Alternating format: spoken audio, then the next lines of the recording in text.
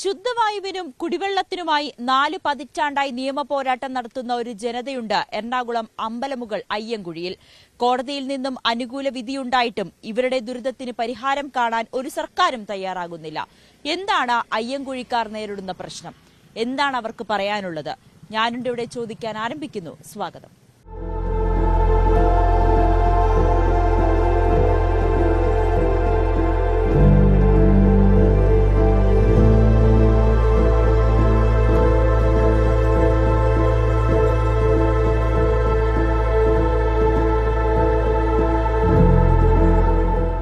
Cochin റിഫൈനറിക്കും Hindustan organic chemicals ഈ 2 പ്ലാന്റുകൾക്കും നടുവിലായി 4 മതിൽക്കെട്ടുകൾക്കുള്ളിൽ താമസിക്കുന്ന വിഷപ്പുക ശ്വസിച്ച് താമസിക്കുന്ന 30ഓളം കുടുംബങ്ങളുണ്ട്. ഇവർക്ക് എന്താണ് പറയാനുള്ളത്? ഇവരുടെ ആവശ്യം എന്താണ്? ഇതെല്ലാം നമുക്ക് നേരിട്ട് തന്നെ ചോദിക്കാം. ചേച്ചി, 35 വർഷത്തിലേറെയായി നിങ്ങൾ ഈ ഒരു നിയമ പോരാട്ടവുമായി നടക്കുന്നു. കോടതിയിൽ നിന്നും അനുകൂലമായിട്ടുള്ള വിധി ഉണ്ടാകുന്നു.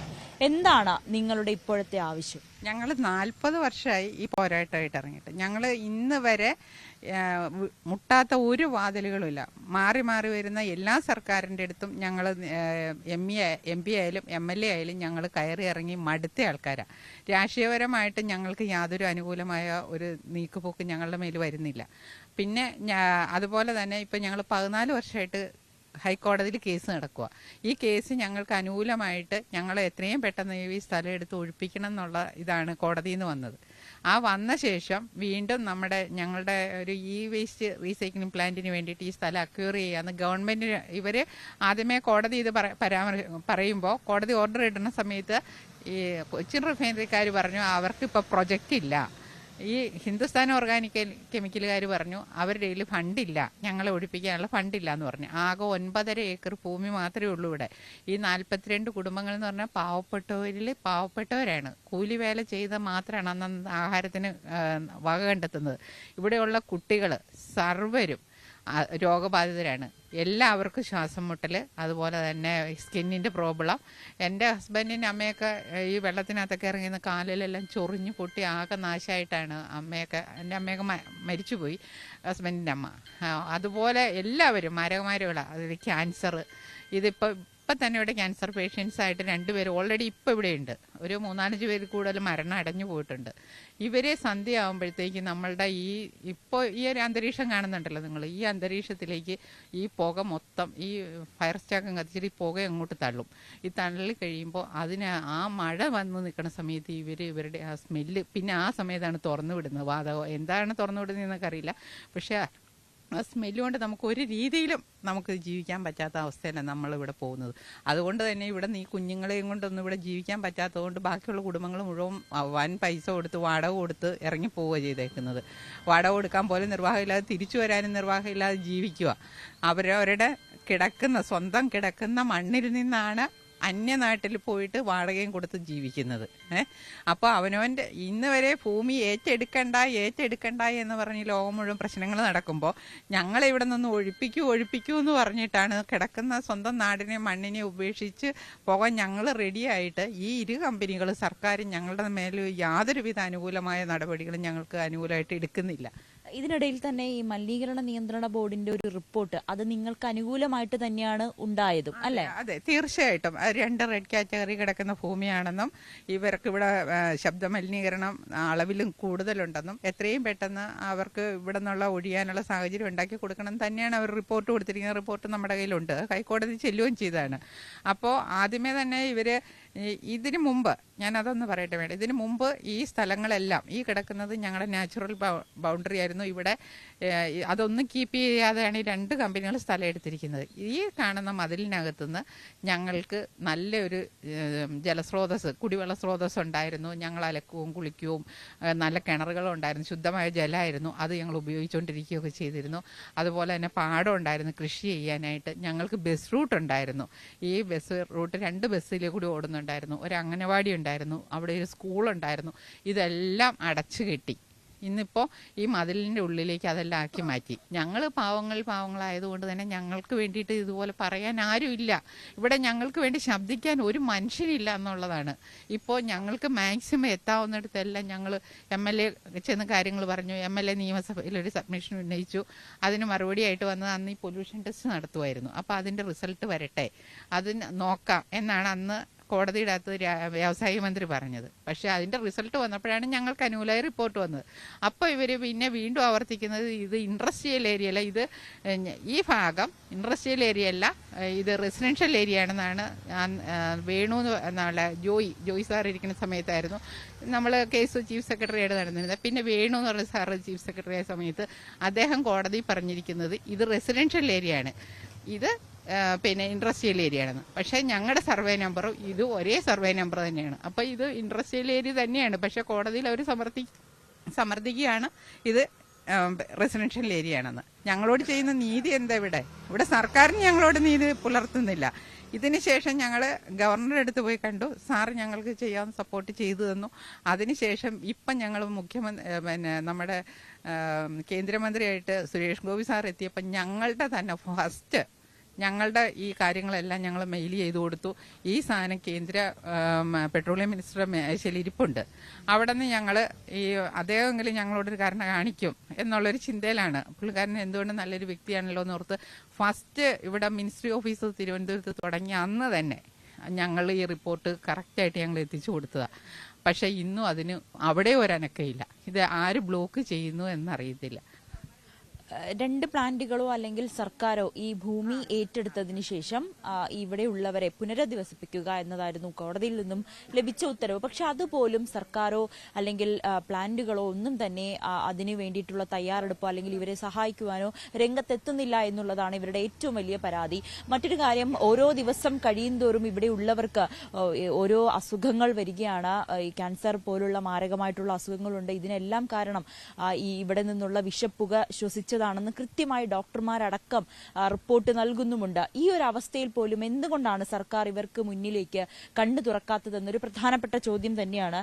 നമ്മളോടൊപ്പം ഇവിടെ ഒരു രോഗബാധിതയായ ഒരു ചേച്ചി കൂടിയുണ്ട്. ചേച്ചി, ഇവിടെ ഈ വിഷപ്പുക ശ്വസിച്ചതുകൊണ്ടാണ് രോഗം പിടിപെട്ടതെന്ന് വരെ ഡോക്ടർമാർ പറയുന്ന അവസ്ഥ വലിയ ദുരിതത്തിലാണ്. എന്താണ് ഇനി മുന്നോട്ട് എങ്ങനെയാണെന്നുള്ളൊരു വലിയ ചോദ്യം ബാക്കിയാവും. എന്താന്ന് വെച്ച് കഴിഞ്ഞാൽ എന്നെ ഇവിടെ കല്യാണം കഴിച്ചു വന്നേക്കണാണ്. പക്ഷേ എന്നെ കല്യാണം കഴിക്കുന്ന സമയത്ത് കാര്യം കമ്പനിയൊക്കെ ഇവിടെ ഉണ്ടെന്ന് അറിയാമെങ്കിലും പക്ഷേ ഇങ്ങനെ ഒരു പൊള്യൂട്ടഡ് ഏരിയ ആണെന്നുള്ള വിവരം നമുക്കറിയത്തില്ല. ഇവിടെ കല്യാണം കഴിച്ച് വന്ന് കുറച്ച് കഴിഞ്ഞപ്പോൾ തന്നെ എനിക്ക് ശ്വാസമുള്ള അങ്ങനെ പ്രശ്നങ്ങളുണ്ടായി. പക്ഷെ അത് അത്ര വലിയ സീരിയസ് ആയിട്ട് വരും എന്നുള്ള പ്രശ്നങ്ങൾ എനിക്ക് ഉണ്ടായിരുന്നില്ല. അത് സമയത്ത് എൻ്റെ ഫസ്റ്റ് ഡെലിവറിയുടെ സമയത്തും എനിക്കിതുപോലെ ഈ പ്രശ്നങ്ങൾ വന്നപ്പോഴാണ് ഹാർട്ടിന്റെ ചെറിയൊരു പ്രശ്നം. ഇങ്ങനെ ഈ വായു മലിനീകരണം മൂലം നമുക്ക് ശ്വാസകോശത്തിന് പ്രശ്നങ്ങൾ വരുന്നുണ്ട്. അപ്പോൾ അതിന്റെ പേര് നമുക്ക് എമർജൻസി ആയിട്ട് ഓപ്പറേഷൻ ചെയ്താണ് എൻ്റെ 2 കുട്ടികളെ എനിക്ക് എടുക്കേണ്ട വന്നത്. പിന്നീട് നമ്മൾ ഇവിടെ താമസിച്ച് ഞാൻ കുറേ 5-6 വർഷക്കാലം മാറി താമസിച്ച സമയത്ത് നമുക്കൊരു കുഴപ്പമില്ല. അവിടെ മാറി താമസിച്ചാൽ നമുക്കൊരു കുഴപ്പമില്ല. അതുപോലെ പിള്ളേർക്കാണെങ്കിലും എൻ്റെ ഇളയ മോൾക്ക് മൊത്തം അലർജി, അതായത് ശരീരം ഇങ്ങനെ പുറത്ത് കാണുന്ന ഭാഗം മൊത്തം അലർജിയാണ്. കാരണം പുറത്തിറങ്ങിക്കഴിഞ്ഞാൽ അപ്പം അവർക്ക് ചൊറിച്ചിൽ തുടങ്ങും. അതല്ല ഇവിടുന്ന് മാറി താമസിച്ചു കഴിഞ്ഞാൽ അവർക്ക് ഒരു കുഴപ്പമില്ല. മൂത്ത മോക്ക് തുമ്മലും അലർജിയും ഇവിടെ താമസിച്ചു കഴിഞ്ഞാൽ അങ്ങനെ വരും. അപ്പോൾ വാഗമണ്ണി പഠിക്കാൻ പോയ സമയത്ത് അവർക്ക് ഒരു കുഴപ്പമുണ്ടായില്ല. ഇവിടെ തിരിച്ചു വന്നപ്പോൾ അവർക്ക് വീണ്ടും പഴയതുപോലെ പ്രശ്നം. അപ്പോൾ ഞാൻ നമ്മൾ ഈ കഴിഞ്ഞ ഈ 2022 ജൂൺ 30 ഇവിടെ ഭയങ്കരമായിട്ട് പുകയും ഇതുണ്ടായി. ആ ഉണ്ടായ സമയത്ത് എന്ന് വെച്ചാൽ മൊത്തം ഏരിയ മൊത്തം ഇങ്ങനെ ഇരുട്ട് പോലെ കിടക്കുമായിരുന്നു. ആ സമയത്താണ് ഞാൻ എൻ്റെ മോളെ വാഗമൺ കോളേജിൽ കൊണ്ടാക്കിയിട്ട് തിരിച്ചു വരുമ്പം ഇവിടെ ഒരു വീട് പോലും നമുക്ക് കാണാൻ പറ്റുന്നില്ല. ഞാൻ വണ്ടിയിൽ വന്ന് ഇറങ്ങി കഴിഞ്ഞപ്പോൾ നോക്കിയപ്പോൾ ഞാൻ പെട്ടെന്ന് തന്നെ ഫോൺ ചെയ്ത് ഇവിടെ നമ്മുടെ പഞ്ചായത്ത് നമ്മുടെ ജനകീയ സമിതി സെക്രട്ടറി വീടാണിത്. ഞാൻ ജനകീയ സമിതി സെക്രട്ടറിനെ വിളിച്ചു, പങ്കജാഷ ഇത് എന്താ ഇവിടെ വീടിന് നമ്മുടെ പരിസരമൊന്നും കാണാൻ പറ്റുന്നില്ലല്ലോ, നിങ്ങളിതാരും കണ്ടില്ലെന്ന് ചോദിച്ചു. അന്നേരം പുറത്തിറങ്ങിയപ്പോഴാണ് ഇവരൊക്കെ അറിയുന്നത് ഈ സംഗതി. കാരണം 5 മണി 5:30 ആകുമ്പോഴേക്കും എല്ലാവരും തന്നെ ഓൾറെഡി ഈ പൊല്യൂഷൻ കാരണം പെരക്കകത്ത് കയറും. ഞങ്ങളെ സംബന്ധിച്ച് ഞങ്ങൾ ആ സമയത്ത് വന്നതിന്റെ പേരിൽ ഞങ്ങൾക്ക് ഇത് കാണാൻ പറ്റി. പിന്നീട് ഞങ്ങൾ 10-12 മണി 12:30 വരെ നമ്മുടെ കമ്പനി കയറ്റി ഞങ്ങൾ സമരം ചെയ്തു, എല്ലാം ഇത് ചെയ്തു. പഞ്ചായത്ത് മെമ്പർ ഉണ്ടായിരുന്ന എല്ലാവരും കമ്പനിയുടെ ആൾക്കാരൊക്കെ കുറച്ച് പേരൊക്കെ വന്നു ഞങ്ങൾ കാണിച്ചൊക്കെ കൊടുത്തു. അപ്പോഴും അവർ പറഞ്ഞത് എന്താന്ന് വെച്ചാൽ ഇത് ഞങ്ങളുടെ അല്ല. ഈ 2 കമ്പനിക്കാരും പറയുന്ന ഒരു വാക്ക് ഇത് ഞങ്ങളുടെ അല്ല. പിന്നെ ഇത് ഇവിടെ നിന്ന് ആകാശത്ത് നിന്ന് പൊട്ടി വീടിന് എന്തായാലും പുക വരില്ലല്ലോ. അങ്ങനെയുള്ള തർക്കങ്ങളാണ്. അതിനുശേഷമാണ് ഈ കഴിഞ്ഞ ജൂൺ 27 വീണ്ടും ഇതുപോലെ വാതക ചോർച്ചയുണ്ടായി. ഇവിടെ ഈ സെക്രട്ടറി അടക്കം 2-3 പേർക്ക് പെട്ടെന്ന് ആരോഗ്യ പ്രശ്നങ്ങളുണ്ടായി. അവർ ഹോസ്പിറ്റലിൽ അഡ്മിറ്റ് ആവണം. ആ ഹോസ്പിറ്റലിൽ അഡ്മിറ്റ് ആകുമ്പോൾ ഇവർ പറയുന്നു ഇവരുടെ അല്ല പുക, ഇവരുടെ അല്ല പ്രശ്നം, ഇവരുടെ കെമിക്കൽ അല്ല ഇവർ പറയുന്നു. ഇത്രയും മാരകമായ കമ്പനി കഴിഞ്ഞ നമ്മുടെ ഈ വിഷുവിന്റെ തലേദിവസം ഞാൻ ഫോണിക്കൂടെ ഈ സിന്ധുവായിട്ട് ഫോണിക്കൂടെ സംസാരം നടക്കുമ്പോഴാണ് എനിക്ക് പെട്ടെന്ന് തലവേദന വരുന്നത്. കാരണം ഈ ഭയങ്കര ഗന്ധം കമ്പനിയിൽ നിന്ന് വന്നു. ഭയങ്കര എന്താ വെച്ചാൽ ഒരു വിഷഗന്ധം പോലത്തെ. ആ വിഷഗന്ധം വന്ന സമയത്ത് ഞാൻ സിന്ധുവിന്റെ പറഞ്ഞു, സിന്ധു എന്തോ ഭയങ്കര സ്മെല്ല് വന്നെ, എനിക്കത് ഉൾക്കൊള്ളാൻ പറ്റണില്ല, അതുകൊണ്ട് ഞാൻ പെരക്കകത്ത് കയറുവാണെന്ന് പറഞ്ഞു. പെട്ടെന്ന് ഞാൻ കഥകടിച്ച് പെരക്കകത്ത് കയറി കിടന്ന് ഒരു 12 മണി 12 ആയപ്പോഴേക്കും എനിക്ക് പെട്ടെന്ന് തലവേദന വന്നു. തലവേദന വന്നിട്ട് എനിക്ക് നിൽക്കാൻ പറ്റുന്നില്ല. നിൽക്കാൻ പറ്റാതെ വന്നു കഴിഞ്ഞപ്പോൾ ഞാൻ പെട്ടെന്ന് എണീറ്റ് എന്ന് വെച്ചാൽ ഞാൻ തല എന്റെ ഈ തല ഞാൻ ശരിക്കും ഭിത്തിയിൽ അമർത്തി. കാരണം അതുപോലൊരു വേദന ഇങ്ങനെ വന്നേ. അപ്പൊ ഞാൻ കരുതി സത്യം പറഞ്ഞാൽ ഞാൻ മരിച്ചു പോകുമെന്നുള്ള ചിന്ത എനിക്ക് വന്നു. ഞാൻ കൊച്ചിനോട് പറഞ്ഞു, മോനെ അമ്മ ഇപ്പൊ തന്നെ മരിച്ചു പോകുന്നു തോന്നുന്നു. കാരണം തലയ്ക്കകത്ത് ഇങ്ങനെ വേദന വന്നു. കാരണം പ്രഷർ കയറിപ്പോയി പെട്ടെന്ന്. വേദന വന്നു, പിടിച്ചു നിന്നു. രാവിലെ എണീക്കാൻ നോക്കിയിട്ട് എനിക്ക് എണീക്കാൻ പറ്റില്ല. പെട്ടെന്ന് ഞങ്ങൾ രാവിലെ വർമ്മ ഹോസ്പിറ്റലിൽ പോയി എല്ലാം ECG ഒക്കെ എടുത്ത് കഴിയുമ്പോൾ ഹാർട്ടിന് വേരിയേഷൻ കയറി വന്നു. അപ്പോൾ ഡോക്ടർ എന്നോട് ടെസ്റ്റ് ചെയ്തപ്പോൾ എന്നോട് ചോദിച്ചു, അപ്പോൾ ഞാൻ പറഞ്ഞു ഇങ്ങനെ തൊണ്ടയ്ക്കാണ് എനിക്ക് പെട്ടെന്ന് ഇറിറ്റേഷൻ വന്നിയെന്ന് പറഞ്ഞു. തൊണ്ടയ്ക്ക് പെട്ടെന്ന് ഇറിറ്റേഷൻ വന്നു ഡോക്ടർ. അപ്പോൾ പെട്ടെന്ന് തന്നെ അവർ ടെസ്റ്റ് ഒക്കെ ചെയ്ത് പറഞ്ഞ് പൾമോളജിസ്റ്റിനെ കാണുമെന്ന് പറഞ്ഞു. അപ്പോൾ ഇവിടെ മെഡിക്കൽ ക്യാമ്പ് നടത്തിയ സമയത്തും ഡോക്ടർ പറഞ്ഞിട്ടുണ്ടായിരുന്നു പൾമോളജിസ്റ്റിനെ കാണാൻ നല്ല വിദഗ്ധമായ ട്രീറ്റ്മെന്റ് വേണം. കാരണം ശ്വാസകോശം ചുരുങ്ങുന്നുണ്ട് ഇവിടെ പലർക്കും. ഇവിടെ 85 പേരെ ടെസ്റ്റ് ചെയ്തതിൽ 45 പേർക്കും ശ്വാസകോശം ചുരുങ്ങുകയാണ്. അത് മുഴുവനും വന്നിരിക്കുന്നത് നമ്മുടെ ഈ പൊല്യൂഷൻ മൂലമാണ്. ഈ പൊല്യൂഷൻ മൂലം വന്നേക്കുന്ന പ്രശ്നമാണ് നമ്മുടെ ഈ ശ്വാസകോശം ചുരുങ്ങും. നമുക്ക് ഈ മാരകമായ പല പല രോഗങ്ങളും തന്നെ കൃത്യമായ ഡോക്ടറിന്റെ റിപ്പോർട്ട് വരെ ഉണ്ട്. നമുക്ക് ഇത് ഡോക്ടർ എന്നോട് പറഞ്ഞ എന്താണെന്ന് വെച്ചാൽ, ചേച്ചി ഇവിടെ താമസിക്കരുത്. ഇവിടെ താമസിച്ച് കഴിഞ്ഞാൽ ചേച്ചിക്ക് എനിക്ക് ഓൾറെഡി ഹാർട്ടിന് വാൽവിന് പ്രോബ്ലം ഉണ്ട്. അപ്പൊ ആ വാൽവിന്റെ പ്രോബ്ലം ഇതും കൂടി വന്നു കഴിഞ്ഞപ്പോൾ ചേച്ചിക്ക് പിന്നെ പെട്ടെന്ന് ഇത് പ്രശ്നം വന്നു കഴിഞ്ഞാൽ ഇതിന് അപ്പം ഡോക്ടർ നോക്കി കഴിഞ്ഞപ്പോൾ ഒരു ബ്ലോക്കിന്റെ എന്തോ ഒരു സംശയം വന്നു കഴിഞ്ഞാൽ TMT ചെയ്യാൻ പറഞ്ഞു. TMT ചെയ്തപ്പോൾ എനിക്ക് 12 മിനിറ്റ് TMT ചെയ്യണം. 12 മിനിറ്റ് TMT ചെയ്യാൻ പോയിട്ട് 3 മിനിറ്റ് 57 സെക്കൻഡ് വന്നപ്പോഴേക്കും ഞാൻ കുഴഞ്ഞു വീണെന്ന് വെച്ച് കഴിഞ്ഞാൽ ശ്വാസം കിട്ടിയില്ല. എനിക്ക് സകല പോലും ശ്വാസം കിട്ടാതെ വന്നു കഴിഞ്ഞപ്പോഴേക്കും പിന്നെ എനിക്ക് ഒന്നും ചെയ്യാൻ പറ്റാതെ ഡോക്ടർ പെട്ടെന്ന് പറഞ്ഞു അവരെ വിശ്രമിക്കാൻ വെക്കാൻ പറഞ്ഞു. ഞാൻ എന്നെ വിശ്രമിച്ചു. എന്നിട്ട് ഡോക്ടർ അപ്പോൾ തന്നെ പറഞ്ഞു, ഒരു കാര്യം ചെയ്യുക ചേച്ചി, നിങ്ങൾ ഇവിടുന്ന് മാറി താമസിക്കാൻ പറഞ്ഞു. കാരണം ചേച്ചി ഇവിടെ നിന്ന് കഴിഞ്ഞാൽ ചേച്ചി ഹാർട്ടിന്റെ പ്രശ്നം ഓൾറെഡി 2 പ്രോബ്ലം കിടക്കുകയാണ്. അപ്പോൾ ശ്വാസകോശത്തിന്റെ പ്രശ്നം കൂടി വരുമ്പോൾ നമ്മുടെ ശ്വാസകോശത്തിന് ഈ മലിനീകരണം വന്ന് അടഞ്ഞു കഴിയുമ്പോൾ നിങ്ങൾക്ക് ഹാർട്ടിലേക്കുള്ള പമ്പിങ് കുറയും. പമ്പിങ് കുറഞ്ഞു കഴിഞ്ഞാൽ അപകടമാണത്. അതാണ് നമുക്ക് TMT ചെയ്ത സമയത്തും എനിക്ക് സംഭവിച്ചത്. കാരണം ഇവിടെ നിന്ന് മാറി താമസിച്ച് കുറച്ച് നാള് മാസം ഞാൻ മാറി താമസിച്ചപ്പോൾ എനിക്ക് ഒരു കുഴപ്പമുണ്ടായില്ല. ഇപ്പൊ തിരിച്ചു വന്നു കഴിഞ്ഞപ്പോഴേക്കും ഞാനിപ്പോ ഈ നമ്മുടെ ഓണത്തിന്റെ ഈ സമയത്ത് ഇപ്പൊ തിരിച്ചു വന്നത്. ഈ ഓണത്തിന്റെ സമയത്ത് ഞാൻ വന്ന സമയത്ത് എനിക്ക് പിറ്റേ ദിവസം വീണ്ടും പ്രോബ്ലം തുടങ്ങി.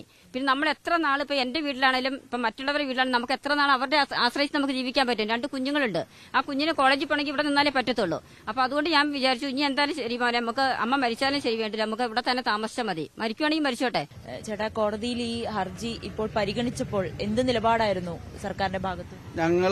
ഇവിടെ പൊല്യൂഷൻ കൺട്രോൾ ബോർഡ് വന്നു കഴിഞ്ഞപ്പോൾ അന്ന് കോടതിയുടെ നിർദ്ദേശം ഞങ്ങളോട് 2 സ്ഥലങ്ങൾ കാണിച്ചു കൊടുക്കാനാ, പബ്ലിക് പ്ലേസ് കാണിച്ചു കൊടുക്കാനാ. ഈ 2 പ്ലേസ് ഞങ്ങൾ കാണിച്ചു കൊടുത്തു, ഇതും അവിടെയും കാണിച്ചു കൊടുത്തു. ഈ പ്ലേസിലാണ് ഞങ്ങൾക്ക് ഞങ്ങളിവിടെ ചീഫ് എഞ്ചിനീയർ വന്നപ്പോൾ ചോദിച്ചപ്പോഴും ഈ ദുർഗന്ധം മറ്റുള്ളത് പിടിക്കാനുള്ള സൗകര്യം അവരുടെ കയ്യിലില്ല.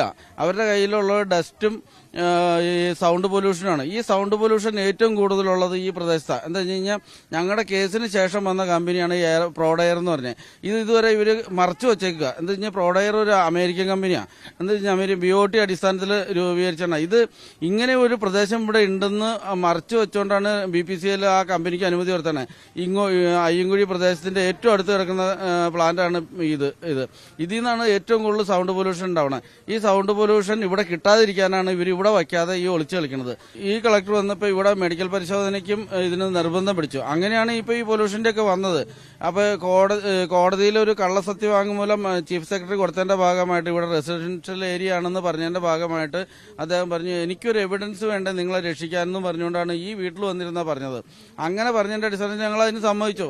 മെഡിക്കൽ പരിശോധനയിൽ 80 പേരെ പരിശോധിച്ചാൽ 40 പേര് രോഗികളും അതിൽ തന്നെ പകുതിയോളം പേര് COPD, അതായത് അന്തരീക്ഷ മലിനീകരണം മൂലമുള്ള രോഗികളാണെന്ന് തെളിഞ്ഞു.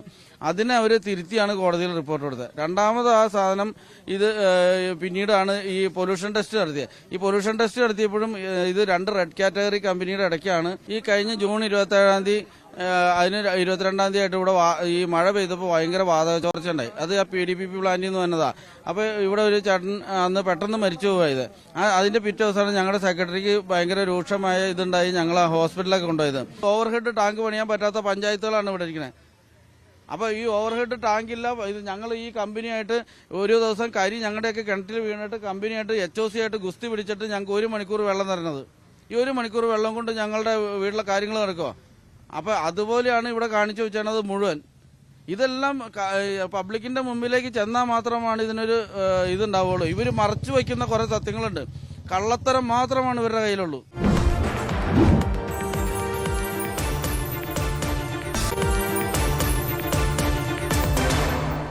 മലിനീകരണ നിയന്ത്രണ ബോർഡിന്റെയും ദേശീയ ഹരിത ട്രിബ്യൂണലിന്റെയും റിപ്പോർട്ടുകൾ അനുസരിച്ച് ഈ അയ്യൻകുഴി ഭാഗം അത് താമസയോഗ്യമല്ല, അല്ലെങ്കിൽ ആളുകൾക്ക് താമസിക്കുവാൻ കഴിയുന്ന ഒരിടമല്ല എന്ന് കൃത്യമായ റിപ്പോർട്ടുണ്ട്. പിന്നീട് എന്തുകൊണ്ടാണ് കോടതിയുടെ പോലും അനുകൂലമായിട്ടുള്ള റിപ്പോർട്ട് അല്ലെങ്കിൽ കോടതിയുടെ നിന്ന് അനുകൂലമായിട്ടുള്ള ഒരു വിധി ഈ നാട്ടുകാർക്ക് ലഭിച്ചിട്ടും എന്തുകൊണ്ടാണ് സർക്കാർ ഇതിൽ ഇവർക്ക് കൃത്യമായിട്ടുള്ള ഒരു നടപടി എടുക്കാത്തതെന്ന് ന്യായമായ ചോദ്യം അതാണ് ഇവർ ഓരോരുത്തരും ഉന്നയിക്കുന്നത്. ഒരുപാട് അസുഖങ്ങൾ പിടിപെട്ടിട്ടുണ്ട് ആളുകൾക്ക്, വലിയ ജീവൻ കയ്യിൽ പിടിച്ചുകൊണ്ട് ജീവിക്കുകയാണ് നിങ്ങൾ ഓരോ നിമിഷവും. എന്തുകൊണ്ടാണ് സർക്കാരിന്റെ ഭാഗത്തു നിന്ന് പോലും ഒരു അനുകൂലമായിട്ടുള്ള നിലപാടുണ്ടാകാത്തത്? സർക്കാർ ജനങ്ങളൊപ്പമാണെന്ന് ഞങ്ങളിപ്പോൾ വിശ്വസിക്കുന്നത്. പക്ഷേ സർക്കാരിന് അത് എടുക്കാനുള്ള തഞ്ചടില്ലാതെ പോയെന്ന് നമുക്ക് മനസ്സിലാവുന്നില്ല.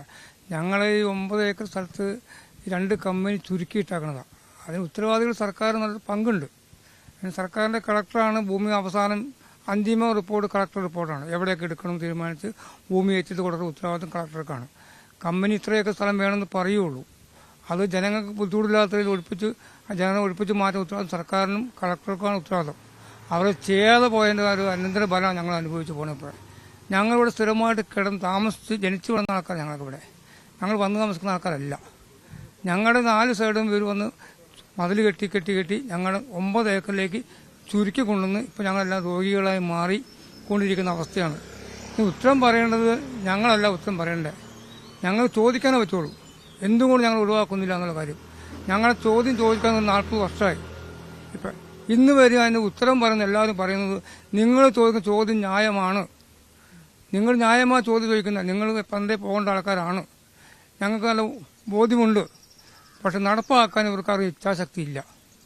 ഈ ഗവൺമെന്റിനും ഈ കളക്ടർക്കും ഈ കമ്പനികൾക്കും ചെയ്യിക്കാനുള്ള, കമ്പനിയാണ് ഉത്തരവാദി എന്നുള്ളത് ഗവൺമെന്റിന്റെ നിയമസഭയിൽ ഞങ്ങളുടെ MLA സബ്ഡിഷൻ ഉന്നയിച്ച് വ്യക്തമായിട്ട് പറഞ്ഞിട്ടുണ്ട്. അവിടെ ഇതിന്റെ ഉത്തരവാദി 2 കമ്പനിയാണ്.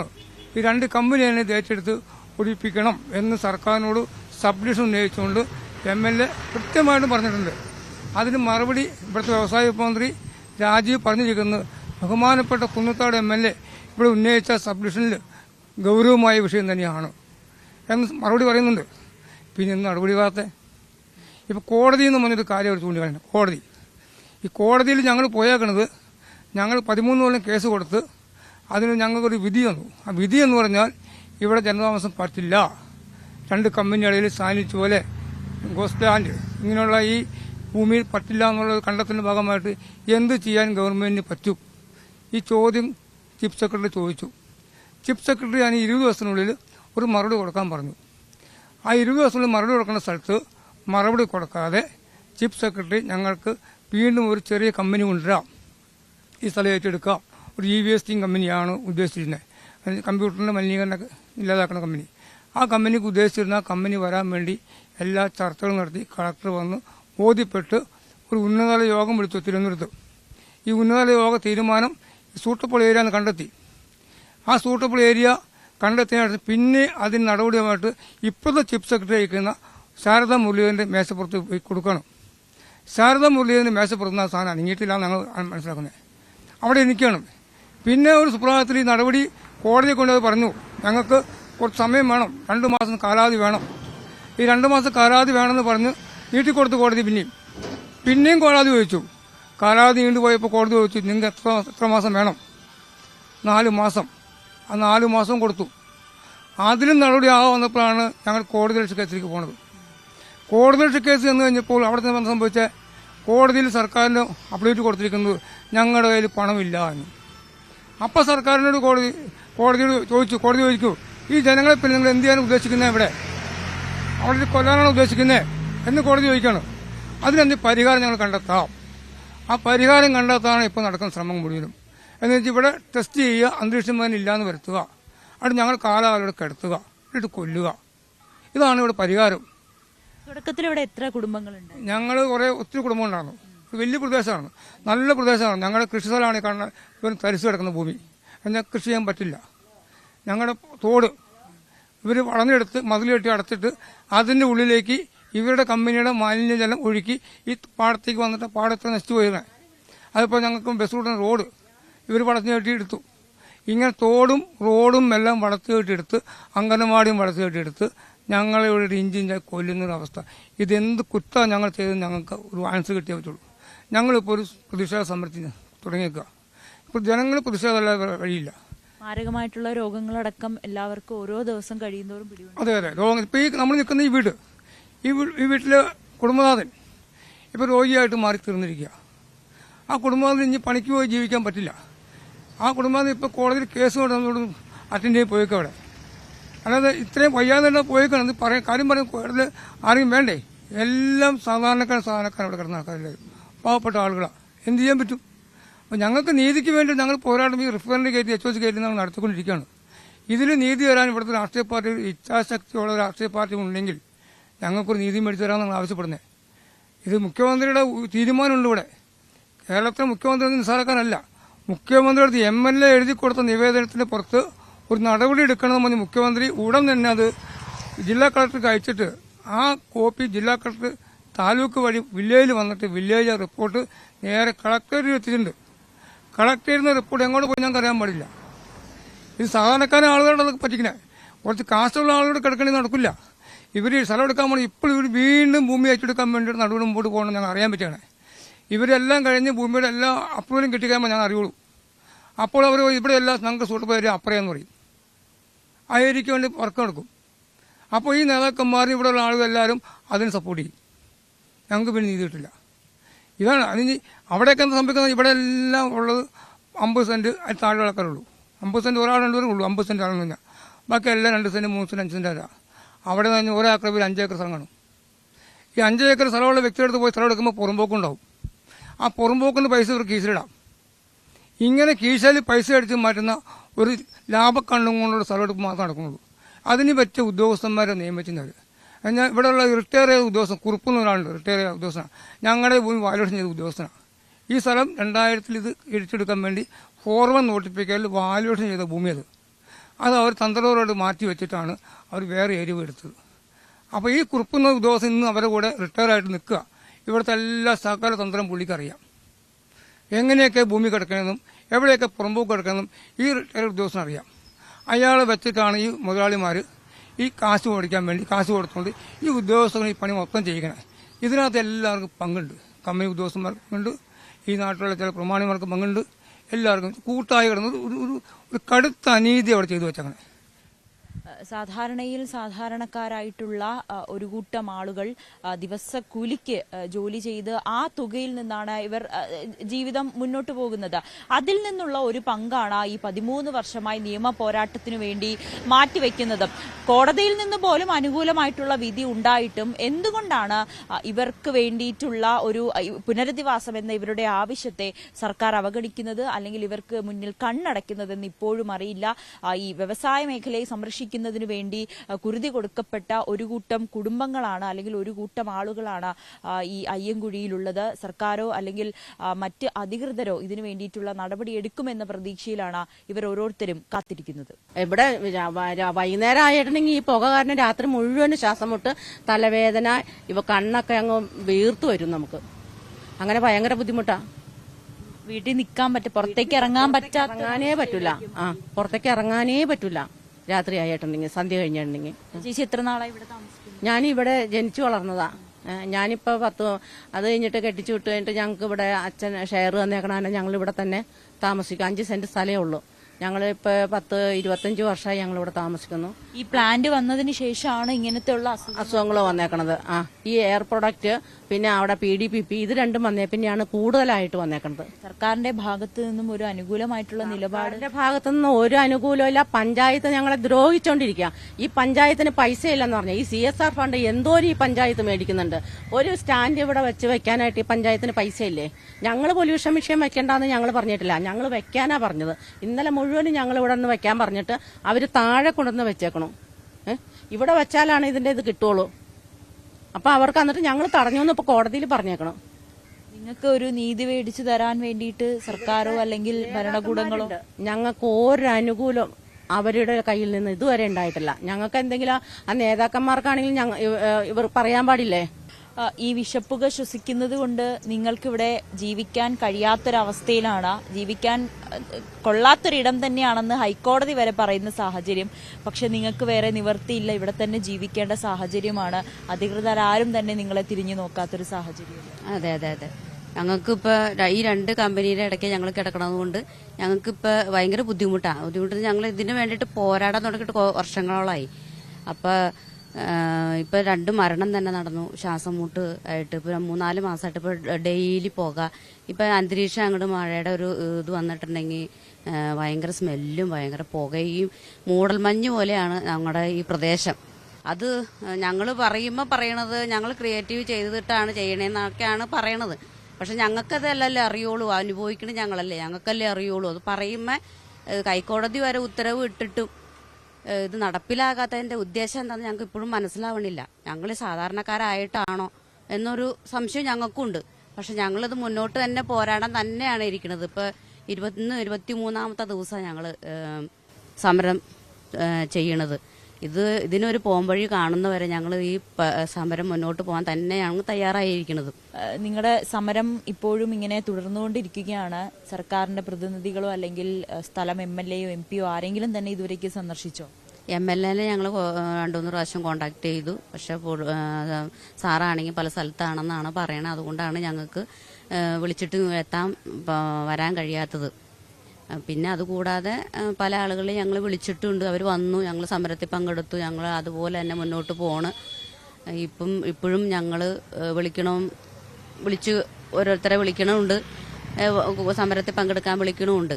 അപ്പം അതിൻ്റെ തുടർച്ചയായിട്ട് ഞങ്ങൾ ഈ സമരം ഞങ്ങൾക്ക് ഒരു നീതി നടപ്പാക്കുന്നവരെ ഞങ്ങൾ ഈ സമരം മുന്നോട്ട് പോകാനാണ് ഞങ്ങളുടെ തീരുമാനം. വലിയ അപകടകരമായിട്ടുള്ള ഒരു രീതിയിലാണ് നിങ്ങളിവിടെ ജീവിച്ചു പൊക്കോണ്ടിരിക്കുന്നത്. വലിയ ഒരു ദുരവസ്ഥ തന്നെയാണ് നിങ്ങൾ അനുഭവിക്കുന്നത്. അതെ, ഞങ്ങളിപ്പോൾ ചെറുപ്പകാലം തൊട്ട് ചെറുപ്പത്തിൽ അല്ലെങ്കിൽ ഞങ്ങളുടെ പാരന്റ്സിന്റെ ചെറുപ്പം തൊട്ട് ഇവര് തുടങ്ങിയതാണ് ഇങ്ങനെ ഒരു മതിൽക്കെട്ടിനുള്ളിലാക്കി. ഞങ്ങൾക്കൊന്ന് എന്തെങ്കിലും ഒന്ന് പറ്റിയാൽ പോലും ഞങ്ങൾക്ക് എവിടേക്കൊന്നും ഓടാൻ പറ്റില്ല.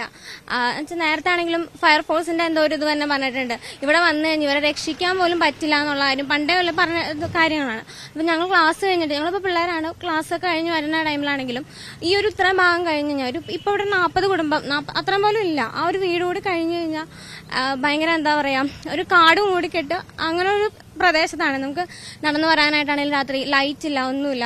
ഭയങ്കര ഒറ്റപ്പെട്ട് കിടക്കുന്ന ഒരു പ്രശ്നമാണ്. അതേപോലെ തന്നെ എല്ലാവർക്കും ആരോഗ്യകരമായിട്ടുള്ള പ്രശ്നങ്ങളുണ്ട്. അതാണ് ഏറ്റവും കൂടുതൽ ഉണ്ടാകുന്ന. കുട്ടികൾക്കാണെങ്കിൽ പോലും വളരെ വളരെ വളരെ പ്രശ്നങ്ങളാണ്. രാത്രി ആകുമ്പോഴത്തേക്കും മിക്ക പിള്ളേരെ എടുത്തുകൊണ്ട് ആശുപത്രിയിലേക്ക് പോകുന്ന അവസ്ഥയാണുള്ളത്. വികസനങ്ങളൊന്നും തന്നെ ഇങ്ങോട്ടേക്ക് വരുന്നില്ല എന്നുള്ളതും വലിയൊരു പ്രശ്നം തന്നെയാണ്. ഇപ്പൊ ഞങ്ങൾക്ക് ഇതായിട്ടൊരു ഹോസ്പിറ്റലില്ല, നല്ലൊരു ഇതുള്ള ഒരു ഇത് വന്നിട്ടില്ല. ഇപ്പൊ CSR ഫണ്ടിന്റെ കാര്യം ഇതൊക്കെ പറയുന്നുണ്ട്. ഞങ്ങൾക്കൊരു സ്കൂളുണ്ടായിരുന്നു, ഒരു ഗവൺമെന്റ് സ്കൂൾ അവിടെ ഉണ്ട്. അതാണെങ്കിൽ ഇതുപോലെ നേരത്തെ നിങ്ങൾ തന്നെ റിപ്പോർട്ട് ചെയ്തിട്ടുണ്ടാവും, ഒരു ലീക്ക് വന്നിട്ട് അവിടെ നിന്ന് മാറ്റി ഞങ്ങൾക്ക് അങ്ങോട്ടേക്ക് എത്തിപ്പെടാനുള്ള മാർഗ്ഗമില്ല. ഇപ്പൊ ഈ വഴിയൊക്കെ ആണെങ്കിൽ അടച്ച്, അത് കാരണം ഞങ്ങളിപ്പോ കുറെ ദൂരെയുള്ള സ്കൂളിലായി പോയി ചേർന്നത്. ബസ് സർവീസും ഇത് ബസ് റൂട്ട് ആയിരുന്നു പണ്ട് ഞങ്ങളുടെയൊക്കെ ചെറുപ്പത്തിന് മുന്നേക്കെ. അതുപോലും അവർ അടച്ചു കെട്ടി മൊത്തം. ഒരു രീതിയിലും വികസനം എത്തില്ല. അങ്ങനെ രീതിയിൽ മൊത്തമായിട്ട് ഞങ്ങൾ അടച്ചു കെട്ടി വെറുതേക്കാണ്. ഞങ്ങൾക്ക് അന്ന് എന്തായാലും മോചനം വേണം. സർക്കാരിന്റെ ഭാഗത്തു നിന്ന് ഇനിയെങ്കിലും ഒരു അനുകൂലമായിട്ടുള്ള നിലപാടുണ്ടാകുമെന്ന് പ്രതീക്ഷിക്കുന്നു. അങ്ങനെ പ്രതീക്ഷിക്കുന്നുണ്ടോന്ന് വെച്ചാൽ ഇപ്പോൾ അത് അങ്ങനെ ഒരു ഇത് വരാത്തോണ്ടാണ് ഞങ്ങൾ നിയമപരമായിട്ട് മുന്നോട്ട് പോയത്. ഇനിയും അവർ കണ്ണു തുറന്നില്ലെന്നുണ്ടെങ്കിൽ സമരം ഇനി ശക്തമാക്കാനാണ് ഞങ്ങൾ തീരുമാനിച്ചിരിക്കുന്നത്. മനുഷ്യരുടെ ജീവനും സ്വത്തിനും സംരക്ഷണം നൽകേണ്ട സർക്കാർ എന്തുകൊണ്ടാണ് ഇവരുടെ ജീവിതവും ജീവനും കണ്ടില്ല എന്ന് നടിക്കുന്നത്? ഇങ്ങനെ വിഷപ്പുക ശ്വസിച്ച് മരിക്കുവാനാണോ ഞങ്ങളുടെ വിധി എന്ന ഇവരുടെ ചോദ്യത്തിനു മുന്നിൽ എന്തുകൊണ്ടാണ് സർക്കാർ മൗനം പാലിക്കുന്നത്? ഞാനുണ്ട് ഇവിടെ ചോദിക്കാൻ പൂർണ്ണമാകുന്നു. നമസ്കാരം.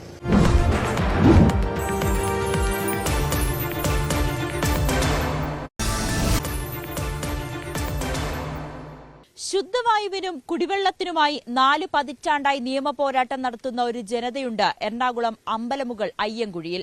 കോടതിയിൽ നിന്നും അനുകൂല വിധിയുണ്ടായിട്ടും ഇവരുടെ ദുരിതത്തിന് പരിഹാരം കാണാൻ ഒരു സർക്കാരും തയ്യാറാകുന്നില്ല. എന്താണ് അയ്യങ്കുഴിക്കാർ നേരിടുന്ന പ്രശ്നം? എന്താണ് അവർക്ക് പറയാനുള്ളത്? ഞാനുണ്ട് ഇവിടെ ചോദിക്കാൻ ആരംഭിക്കുന്നു. സ്വാഗതം.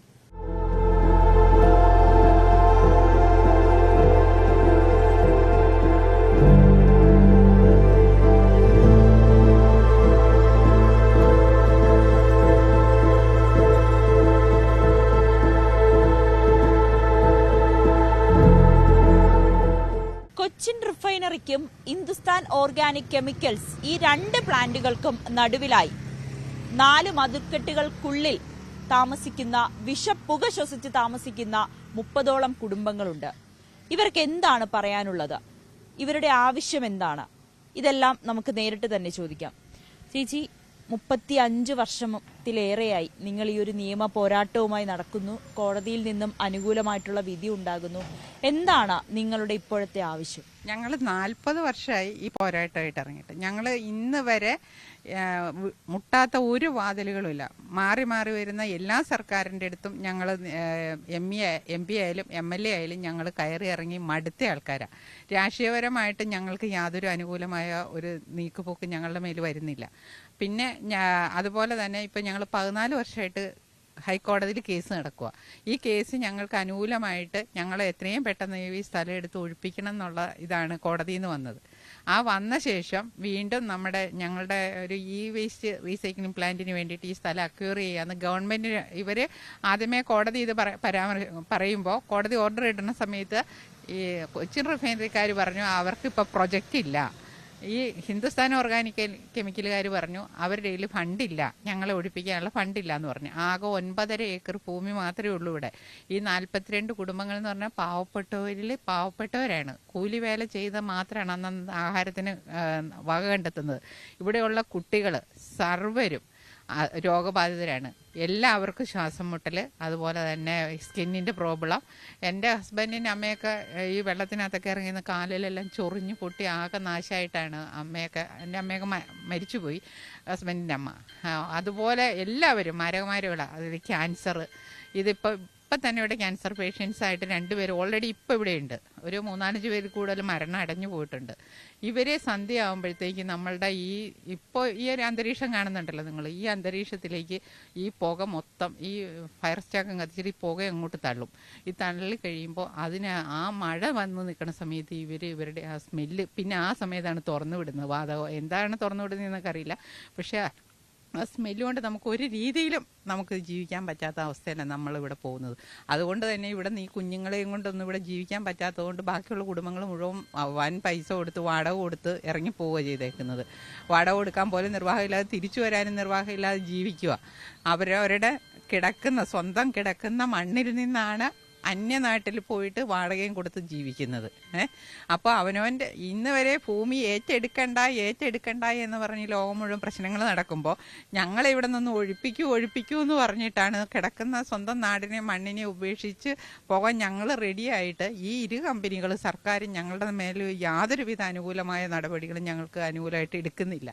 ഇതിനിടയിൽ തന്നെ ഈ മലിനീകരണ നിയന്ത്രണ ബോർഡിന്റെ ഒരു റിപ്പോർട്ട് അത് നിങ്ങൾക്ക് അനുകൂലമായിട്ട് തന്നെയാണ് ഉണ്ടായതും അല്ലേ? അതെ, തീർച്ചയായിട്ടും. 2 റെഡ് കാറ്റഗറി കിടക്കുന്ന ഭൂമിയാണെന്നും ഇവർക്ക് ഇവിടെ ശബ്ദ മലിനീകരണം അളവിലും കൂടുതലുണ്ടെന്നും എത്രയും പെട്ടെന്ന് അവർക്ക് ഇവിടെ നിന്നുള്ള ഒഴിയാനുള്ള സാഹചര്യം ഉണ്ടാക്കി കൊടുക്കണം തന്നെയാണ് അവർ റിപ്പോർട്ട് കൊടുത്തിരിക്കുന്ന. റിപ്പോർട്ട് നമ്മുടെ കയ്യിലുണ്ട്, ഹൈക്കോടതി ചെല്ലുകയും ചെയ്തതാണ്. അപ്പോൾ ആദ്യമേ തന്നെ ഇതിനു മുമ്പ് ഞാനതൊന്ന് പറയട്ടെ വേണം. ഇതിനു മുമ്പ് ഈ സ്ഥലങ്ങളെല്ലാം ഈ കിടക്കുന്നത് ഞങ്ങളുടെ നാച്ചുറൽ ബൗണ്ടറി ആയിരുന്നു. ഇവിടെ അതൊന്നും കീപ്പ് ചെയ്യാതെയാണ് ഈ 2 കമ്പനികൾ സ്ഥലം എടുത്തിരിക്കുന്നത്. ഈ കാണുന്ന മതിലിനകത്തുനിന്ന് ഞങ്ങൾക്ക് നല്ലൊരു ജലസ്രോതസ്, കുടിവെള്ള സ്രോതസ് ഉണ്ടായിരുന്നു. ഞങ്ങൾ അലക്കവും കുളിക്കുകയും നല്ല കിണറുകളും ഉണ്ടായിരുന്നു, ശുദ്ധമായ ജലമായിരുന്നു. അത് ഞങ്ങൾ ഉപയോഗിച്ചുകൊണ്ടിരിക്കുകയൊക്കെ ചെയ്തിരുന്നു. അതുപോലെ തന്നെ പാടം ഉണ്ടായിരുന്നു കൃഷി ചെയ്യാനായിട്ട്. ഞങ്ങൾക്ക് ബസ് റൂട്ട് ഉണ്ടായിരുന്നു. ഈ ബസ് റൂട്ട് 2 ബസ്സിലെ കൂടി ഓടുന്നുണ്ടായിരുന്നു. ഒരു അംഗനവാടി ഉണ്ടായിരുന്നു, അവിടെ ഒരു സ്കൂളുണ്ടായിരുന്നു. ഇതെല്ലാം അടച്ചു കെട്ടി. ഇന്നിപ്പോൾ ഈ മതിലിൻ്റെ ഉള്ളിലേക്ക് അതെല്ലാം ആക്കി മാറ്റി. ഞങ്ങൾ പാവങ്ങളായതുകൊണ്ട് തന്നെ ഞങ്ങൾക്ക് വേണ്ടിയിട്ട് ഇതുപോലെ പറയാൻ ആരുമില്ല. ഇവിടെ ഞങ്ങൾക്ക് വേണ്ടി ശബ്ദിക്കാൻ ഒരു മനുഷ്യനില്ല എന്നുള്ളതാണ്. ഇപ്പോൾ ഞങ്ങൾക്ക് മാക്സിമം എത്താവുന്നിടത്തെല്ലാം ഞങ്ങൾ MLA ചെന്ന് കാര്യങ്ങൾ പറഞ്ഞു. MLA നിയമസഭയിലൊരു സബ്മിഷൻ ഉന്നയിച്ചു. അതിന് മറുപടിയായിട്ട് വന്നത് അന്ന് ഈ പൊല്യൂഷൻ ടെസ്റ്റ് നടത്തുമായിരുന്നു. അപ്പോൾ അതിൻ്റെ റിസൾട്ട് വരട്ടെ, അതിന് നോക്കാം എന്നാണ് അന്ന് കോടതിയുടെ അകത്ത് വ്യവസായ മന്ത്രി പറഞ്ഞത്. പക്ഷേ അതിൻ്റെ റിസൾട്ട് വന്നപ്പോഴാണ് ഞങ്ങൾക്ക് അനുകൂലമായ റിപ്പോർട്ട് വന്നത്. അപ്പോൾ ഇവർ പിന്നെ വീണ്ടും ആവർത്തിക്കുന്നത് ഇത് ഇൻഡസ്ട്രിയൽ ഏരിയ അല്ല, ഇത് ഈ ഭാഗം ഇൻഡസ്ട്രിയൽ ഏരിയ അല്ല, ഇത് റെസിഡൻഷ്യൽ ഏരിയ ആണെന്നാണ്.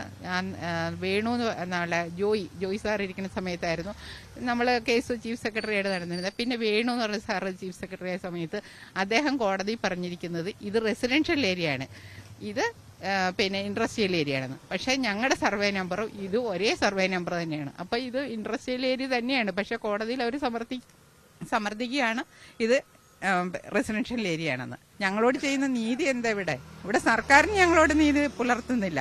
ഇതിനുശേഷം ഞങ്ങൾ ഗവർണറുടെ അടുത്ത് പോയി കണ്ടു. സാറ് ഞങ്ങൾക്ക് ചെയ്യാൻ സപ്പോർട്ട് ചെയ്തു തന്നു. അതിനുശേഷം ഇപ്പം ഞങ്ങൾ നമ്മുടെ കേന്ദ്രമന്ത്രിയായിട്ട് സുരേഷ് ഗോപി സാർ എത്തിയപ്പോൾ ഞങ്ങളുടെ തന്നെ ഫസ്റ്റ് ഞങ്ങളുടെ ഈ കാര്യങ്ങളെല്ലാം ഞങ്ങൾ മെയിൽ ചെയ്തു കൊടുത്തു. ഈ സാധനം കേന്ദ്ര പെട്രോളിയം മിനിസ്റ്ററുടെ മേശയിൽ ഇരിപ്പുണ്ട്. അവിടെ നിന്ന് ഞങ്ങൾ ഈ അദ്ദേഹമെങ്കിലും ഞങ്ങളോടൊരു കാരണം കാണിക്കും എന്നുള്ളൊരു ചിന്തയിലാണ്. പുള്ളിക്കാരൻ എന്തുകൊണ്ട് നല്ലൊരു വ്യക്തിയാണല്ലോ എന്ന് ഓർത്ത് ഫസ്റ്റ് ഇവിടെ മിനിസ്ട്രി ഓഫീസ് തിരുവനന്തപുരത്ത് തുടങ്ങിയ അന്ന് തന്നെ ഞങ്ങൾ ഈ റിപ്പോർട്ട് കറക്റ്റായിട്ട് ഞങ്ങൾ എത്തിച്ചു കൊടുത്തതാണ്. പക്ഷേ ഇന്നും അതിന് അവിടെ ഒരനക്കയില്ല. ഇത് ആര് ബ്ലോക്ക് ചെയ്യുന്നു എന്നറിയത്തില്ല.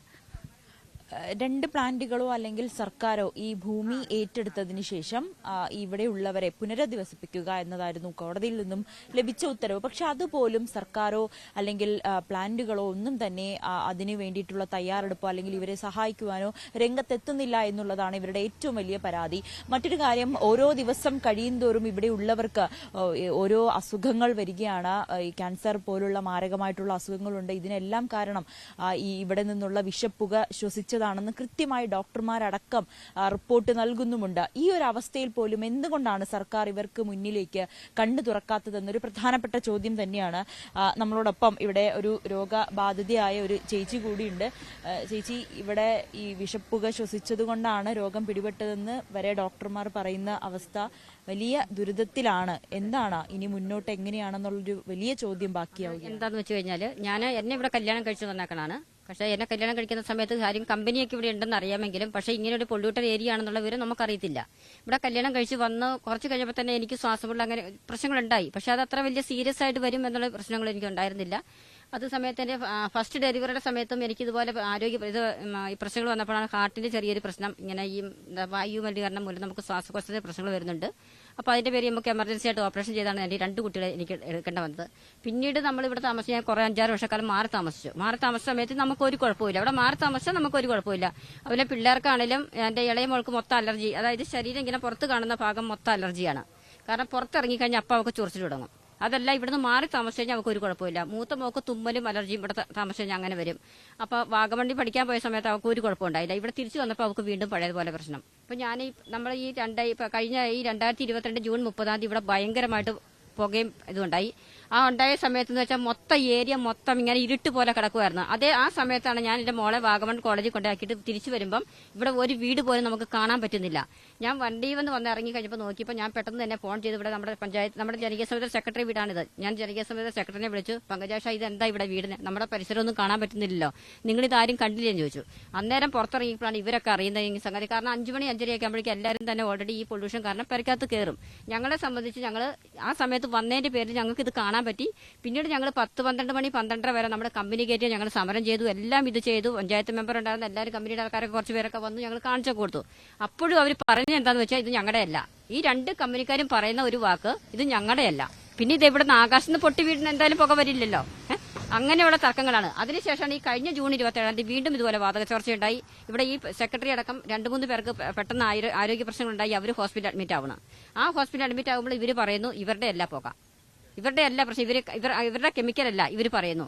ഇത്രയും മാരകമായ കമ്പനി കഴിഞ്ഞ നമ്മുടെ ഈ വിഷുവിന്റെ തലേദിവസം ഞാൻ ഫോണിക്കൂടെ ഈ സിന്ധുവായിട്ട് ഫോണിക്കൂടെ സംസാരം നടക്കുമ്പോഴാണ് എനിക്ക് പെട്ടെന്ന് തലവേദന വരുന്നത്. കാരണം ഈ ഭയങ്കര ഗന്ധം കമ്പനിയിൽ നിന്ന് വന്നു. ഭയങ്കര എന്താ വെച്ചാൽ ഒരു വിഷഗന്ധം പോലത്തെ.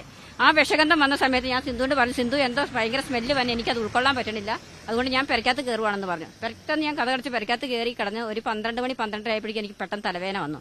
തലവേദന വന്നിട്ട് എനിക്ക് നിൽക്കാൻ പറ്റുന്നില്ല. നിൽക്കാൻ പറ്റാതെ വന്നു കഴിഞ്ഞപ്പോൾ ഞാൻ പെട്ടെന്ന് എണീറ്റ് എന്ന് വെച്ച് കഴിഞ്ഞാൽ എൻ്റെ ഈ തല ഞാൻ ശരിക്കും ഭിത്തിയിൽ അമർത്തി. കാരണം അതുപോലൊരു വേദന ഇങ്ങനെ വന്നേ. അപ്പൊ ഞാൻ കരുതി സത്യം പറഞ്ഞാൽ ഞാൻ മരിച്ചു പോകും എന്നുള്ള ചിന്ത എനിക്ക് വന്നു. ഞാൻ കൊച്ചിനോട് പറഞ്ഞു, മോനെ അമ്മ ഇപ്പൊ തന്നെ മരിച്ചു പോകുന്നു തോന്നുന്നു. കാരണം തലയ്ക്കകത്ത് ഇങ്ങനെ വേദന വന്നു. കാരണം പ്രഷർ കയറിപ്പോയി, പെട്ടെന്ന് വേദന വന്നു. പിടിച്ചു നിന്ന് രാവിലെ എണീറ്റിക്കാൻ നോക്കിയിട്ട് എനിക്ക് എണീക്കാൻ പറ്റില്ല. പെട്ടെന്ന് ഞങ്ങൾ രാവിലെ വർമ്മ ഹോസ്പിറ്റലിൽ പോയി എല്ലാം ECG ഒക്കെ എടുത്ത് കഴിഞ്ഞപ്പോൾ ഹാർട്ടിന് വേരിയേഷൻ കയറി വന്നു. അപ്പോൾ ഡോക്ടർ എന്നോട് ടെസ്റ്റ് ചെയ്തപ്പോൾ എന്നോട് ചോദിച്ചു, അപ്പോൾ ഞാൻ പറഞ്ഞു ഇങ്ങനെ തൊണ്ടയ്ക്കാണ് എനിക്ക് പെട്ടെന്ന് ഇറിറ്റേഷൻ വന്നതെന്ന് പറഞ്ഞു. തൊണ്ടയ്ക്ക് പെട്ടെന്ന് ഇറിറ്റേഷൻ വന്നു ഡോക്ടർ. അപ്പോൾ പെട്ടെന്ന് തന്നെ അവർ ടെസ്റ്റ് ഒക്കെ ചെയ്ത് പറഞ്ഞ് പൾമോളജിസ്റ്റിനെ കാണുമെന്ന് പറഞ്ഞു. അപ്പോൾ ഇവിടെ മെഡിക്കൽ ക്യാമ്പ് നടത്തിയ സമയത്തും ഡോക്ടർ പറഞ്ഞിട്ടുണ്ടായിരുന്നു പൾമോളജിസ്റ്റിനെ കാണാൻ നല്ല വിദഗ്ധമായ ട്രീറ്റ്മെന്റ് വേണം. കാരണം ശ്വാസകോശം ചുരുങ്ങുന്നുണ്ട് ഇവിടെ പലർക്കും. ഇവിടെ 85 പേരെ ടെസ്റ്റ് ചെയ്തതിൽ 45 പേർക്കും ശ്വാസകോശം ചുരുങ്ങുവാണ്. അത് മുഴുവനും വന്നിരിക്കുന്നത് നമ്മുടെ ഈ പൊല്യൂഷൻ മൂലമാണ്. ഈ പൊല്യൂഷൻ മൂലം വന്നേക്കുന്ന പ്രശ്നമാണ് നമ്മുടെ ഈ ശ്വാസകോശം ചുരുങ്ങും, നമുക്ക് ഈ മാരകമായ പല പല രോഗങ്ങളും തന്നെ. കൃത്യമായി ഡോക്ടറിന്റെ റിപ്പോർട്ട് വരെ ഉണ്ട്. നമുക്ക് ഇത് ഡോക്ടർ എന്നോട് പറഞ്ഞ എന്താണെന്ന് വെച്ചാൽ ചേച്ചി ഇവിടെ താമസിക്കരുത്, ഇവിടെ താമസിച്ച് കഴിഞ്ഞാൽ ചേച്ചിക്ക് എനിക്ക് ഓൾറെഡി ഹാർട്ടിന് വാൽവിന് പ്രോബ്ലം ഉണ്ട്. അപ്പോൾ ആ വാൽവിന്റെ പ്രോബ്ലം ഇതും കൂടി വന്നു കഴിഞ്ഞപ്പോൾ ചേച്ചിക്ക് പിന്നെ പെട്ടെന്ന് ഇത് പ്രശ്നം വന്നു കഴിഞ്ഞാൽ ഇതിന് അപ്പം ഡോക്ടർ നോക്കി കഴിഞ്ഞപ്പോൾ ഒരു ബ്ലോക്കിന്റെ എന്തോ ഒരു സംശയം വന്നു കഴിഞ്ഞാൽ TMT ചെയ്യാൻ പറഞ്ഞു. TMT ചെയ്തപ്പോൾ എനിക്ക് 12 മിനിറ്റ് TMT ചെയ്യണം. 12 മിനിറ്റ് TMT ചെയ്യാൻ പോയിട്ട് 3 മിനിറ്റ് 57 സെക്കൻഡ് വന്നപ്പോഴേക്കും ഞാൻ കുഴഞ്ഞു വീണെന്ന് വെച്ച് കഴിഞ്ഞാൽ ശ്വാസം കിട്ടിയില്ല. എനിക്ക് സകല പോലും ശ്വാസം കിട്ടാതെ വന്നു കഴിഞ്ഞപ്പോഴേക്കും പിന്നെ എനിക്ക് ഒന്നും ചെയ്യാൻ പറ്റാതെ ഡോക്ടർ പെട്ടെന്ന് പറഞ്ഞു അവരെ വിശ്രമിക്കാൻ വെക്കാൻ പറഞ്ഞു. ഞാൻ എന്നെ വിശ്രമിച്ചു. എന്നിട്ട് ഡോക്ടർ അപ്പോൾ തന്നെ പറഞ്ഞു ഒരു കാര്യം ചെയ്യുക ചേച്ചി, നിങ്ങൾ ഇവിടുന്ന് മാറി താമസിക്കാൻ പറഞ്ഞു. കാരണം ചേച്ചി ഇവിടെ നിന്ന് കഴിഞ്ഞാൽ ചേച്ചി ഹാർട്ടിന്റെ പ്രശ്നം ഓൾറെഡി 2 പ്രോബ്ലം കിടക്കുകയാണ്. അപ്പോൾ ശ്വാസകോശത്തിന്റെ പ്രശ്നം കൂടി വരുമ്പോൾ നമ്മുടെ ശ്വാസകോശത്തിന് ഈ മലിനീകരണം വന്ന് അടഞ്ഞു കഴിയുമ്പോൾ നിങ്ങൾക്ക് ഹാർട്ടിലേക്കുള്ള പമ്പിങ് കുറയും. പമ്പിങ് കുറഞ്ഞു കഴിഞ്ഞാൽ അപകടമാണത്. അതാണ് നമുക്ക് TMT ചെയ്ത സമയത്തും എനിക്ക് സംഭവിച്ചത്. കാരണം ഇവിടെ നിന്ന് മാറി താമസിച്ച് കുറച്ച് നാള് മാസം ഞാൻ മാറി താമസിച്ചപ്പോൾ എനിക്ക് ഒരു കുഴപ്പമുണ്ടായില്ല. ഇപ്പൊ തിരിച്ചു വന്നു കഴിഞ്ഞപ്പോഴേക്കും ഞാനിപ്പോ ഈ നമ്മുടെ ഓണത്തിന്റെ ഈ സമയത്ത് ഇപ്പൊ തിരിച്ചു വന്നത്. ഈ ഓണത്തിന്റെ സമയത്ത് ഞാൻ വന്ന സമയത്ത് എനിക്ക് പിറ്റേ ദിവസം ഒരു വീണ്ടും പ്രോബ്ലം തുടങ്ങി. പിന്നെ നമ്മൾ എത്ര നാൾ ഇപ്പൊ എന്റെ വീട്ടിലാണെങ്കിലും ഇപ്പൊ മറ്റുള്ളവരുടെ വീട്ടിലാണെങ്കിലും നമുക്ക് എത്ര നാൾ അവരുടെ ആശ്രയിച്ച് നമുക്ക് ജീവിക്കാൻ പറ്റും. 2 കുഞ്ഞുങ്ങളുണ്ട്. ആ കുഞ്ഞിന് കോളേജിൽ പോകണമെങ്കിൽ ഇവിടെ നിന്നാലേ പറ്റത്തുള്ളൂ. അപ്പൊ അതുകൊണ്ട് ഞാൻ വിചാരിച്ചു ഇനി എന്തായാലും ശരി പോലെ നമുക്ക് അമ്മ മരിച്ചാലും ശരി വേണ്ടില്ല, നമുക്ക് ഇവിടെ തന്നെ താമസിച്ചാൽ മതി, മരിക്കുവാണെങ്കിൽ മരിച്ചോട്ടെ. ചേട്ടാ, കോടതിയിൽ ഈ ഹർജി ഇപ്പോൾ പരിഗണിച്ചപ്പോൾ എന്ത് നിലപാടായിരുന്നു സർക്കാരിന്റെ ഭാഗത്ത്? ഇവിടെ പൊല്യൂഷൻ കൺട്രോൾ ബോർഡ് വന്നു കഴിഞ്ഞപ്പോൾ അന്ന് കോടതിയുടെ നിർദ്ദേശം ഞങ്ങളോട് 2 സ്ഥലങ്ങൾ കാണിച്ചു കൊടുക്കാനാ, പബ്ലിക് പ്ലേസ് കാണിച്ചു കൊടുക്കാനാ. ഈ 2 പ്ലേസ് ഞങ്ങൾ കാണിച്ചു കൊടുത്തു, ഇതും അവിടെയും കാണിച്ചു കൊടുത്തു. ഈ പ്ലേസിലാണ് ഞങ്ങളിവിടെ ചീഫ് എഞ്ചിനീയർ വന്നപ്പോൾ ചോദിച്ചപ്പോഴും ഈ ദുർഗന്ധം മറ്റുള്ളത് പിടിക്കാനുള്ള സൗകര്യം അവരുടെ കയ്യിലില്ല. അവരുടെ കയ്യിലുള്ള ഡസ്റ്റും ഈ സൗണ്ട് പൊല്യൂഷനാണ്. ഈ സൗണ്ട് പൊല്യൂഷൻ ഏറ്റവും കൂടുതലുള്ളത് ഈ പ്രദേശത്താണ്. എന്താ വെച്ച് കഴിഞ്ഞാൽ ഞങ്ങളുടെ കേസിന് ശേഷം വന്ന കമ്പനിയാണ് പ്രോഡെയർ എന്ന് പറഞ്ഞത്. ഇതുവരെ ഇവർ മറച്ചു വെച്ചേക്കുക. എന്താ വെച്ചാൽ പ്രോഡെയർ ഒരു അമേരിക്കൻ കമ്പനിയാണ്. എന്താ വെച്ചാൽ BOT അടിസ്ഥാനത്തിൽ രൂപീകരിച്ചാണ്. ഇത് ഇങ്ങനെ ഒരു പ്രദേശം ഇവിടെ ഉണ്ടെന്ന് മറച്ചു വെച്ചുകൊണ്ടാണ് BPCL ആ കമ്പനിക്ക് അനുമതി കൊടുത്തത്. അയ്യങ്കുഴി പ്രദേശത്തിന്റെ ഏറ്റവും അടുത്ത് കിടക്കുന്ന പ്ലാന്റാണ് ഇതിൽ നിന്നാണ് ഏറ്റവും കൂടുതൽ സൗണ്ട് പൊല്യൂഷൻ ഉണ്ടാവുന്നത്. ഈ സൗണ്ട് പൊല്യൂഷൻ ഇവിടെ കിട്ടാതിരിക്കാനാണ് ഇവർ ഇവിടെ വയ്ക്കാതെ ഈ ഒളിച്ചു കളിക്കുന്നത്. ഈ കളക്ടർ വന്നപ്പോൾ ഇവിടെ മെഡിക്കൽ പരിശോധനയ്ക്കും ഇതിന് നിർബന്ധം പിടിച്ചു. അങ്ങനെയാണ് ഇപ്പോൾ ഈ പൊല്യൂഷന്റെ ഒക്കെ വന്നത്.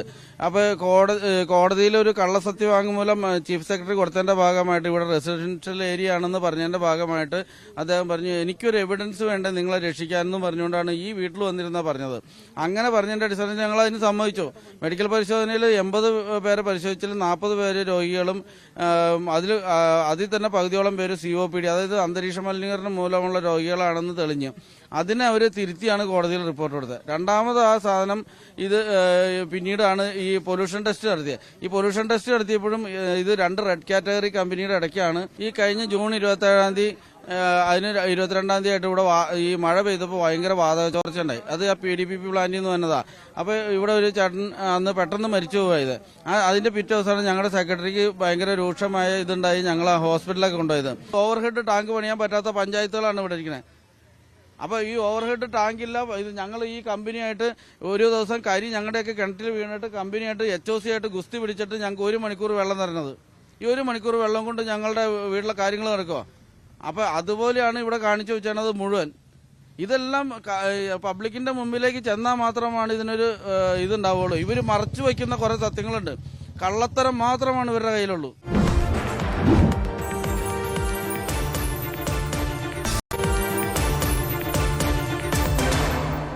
മലിനീകരണ നിയന്ത്രണ ബോർഡിന്റെയും ദേശീയ ഹരിത ട്രിബ്യൂണലിന്റെയും റിപ്പോർട്ടുകൾ അനുസരിച്ച് ഈ അയ്യങ്കുഴി ഭാഗം അത് താമസയോഗ്യമല്ല, അല്ലെങ്കിൽ ആളുകൾക്ക് താമസിക്കുവാൻ കഴിയുന്ന ഒരിടമല്ല എന്ന് കൃത്യമായ റിപ്പോർട്ടുണ്ട്. പിന്നീട് എന്തുകൊണ്ടാണ് കോടതിയുടെ പോലും അനുകൂലമായിട്ടുള്ള റിപ്പോർട്ട് അല്ലെങ്കിൽ കോടതിയുടെ നിന്ന് അനുകൂലമായിട്ടുള്ള ഒരു വിധി ഈ നാട്ടുകാർക്ക് ലഭിച്ചിട്ടും എന്തുകൊണ്ടാണ് സർക്കാർ ഇതിൽ ഇവർക്ക് കൃത്യമായിട്ടുള്ള ഒരു നടപടി എടുക്കാത്തതെന്ന് ന്യായമായ ചോദ്യം അതാണ് ഇവർ ഓരോരുത്തരും ഉന്നയിക്കുന്നത്. ഒരുപാട് അസുഖങ്ങൾ പിടിപെട്ടിട്ടുണ്ട് ആളുകൾക്ക്. വലിയ ജീവൻ കൈ പിടിച്ചുകൊണ്ട് ജീവിക്കുകയാണ് നിങ്ങൾ ഓരോ നിമിഷവും. എന്തുകൊണ്ടാണ് സർക്കാരിന്റെ ഭാഗത്തു നിന്ന് പോലും ഒരു അനുകൂലമായിട്ടുള്ള നിലപാടുണ്ടാകാത്തത്? സർക്കാർ ജനങ്ങളൊപ്പമാണെന്ന് ഞങ്ങളിപ്പോൾ വിശ്വസിക്കുന്നത്. പക്ഷേ സർക്കാരിനത് എടുക്കാനുള്ള തഞ്ചടില്ലാതെ പോയെന്ന് നമുക്ക് മനസ്സിലാവുന്നില്ല. ഞങ്ങളെ ഈ 9 ഏക്കർ സ്ഥലത്ത് 2 കമ്പനി ചുരുക്കിയിട്ടാക്കുന്നതാണ്. അതിന് ഉത്തരവാദികൾ സർക്കാർ നല്ല പങ്കുണ്ട്. സർക്കാരിൻ്റെ കളക്ടറാണ് ഭൂമി അവസാനം അന്തിമ റിപ്പോർട്ട് കളക്ടർ റിപ്പോർട്ടാണ്. എവിടെയൊക്കെ എടുക്കണം തീരുമാനിച്ച് ഭൂമി എത്തിയത് കൊടുക്കുന്ന ഉത്തരവാദിത്വം കളക്ടർക്കാണ്. കമ്പനി ഇത്രയൊക്കെ സ്ഥലം വേണമെന്ന് പറയുള്ളൂ. അത് ജനങ്ങൾക്ക് ബുദ്ധിമുട്ടില്ലാത്തതിൽ ജനങ്ങളെ ഒഴിപ്പിച്ച് മാറ്റാൻ ഉത്തരവാദിത്വം സർക്കാരിനും കളക്ടർക്കുമാണ് ഉത്തരവാദിത്വം. അവർ ചെയ്യാതെ പോയതിൻ്റെ ഒരു അനന്തര ഫലമാണ് ഞങ്ങൾ അനുഭവിച്ചു പോകുന്നത്.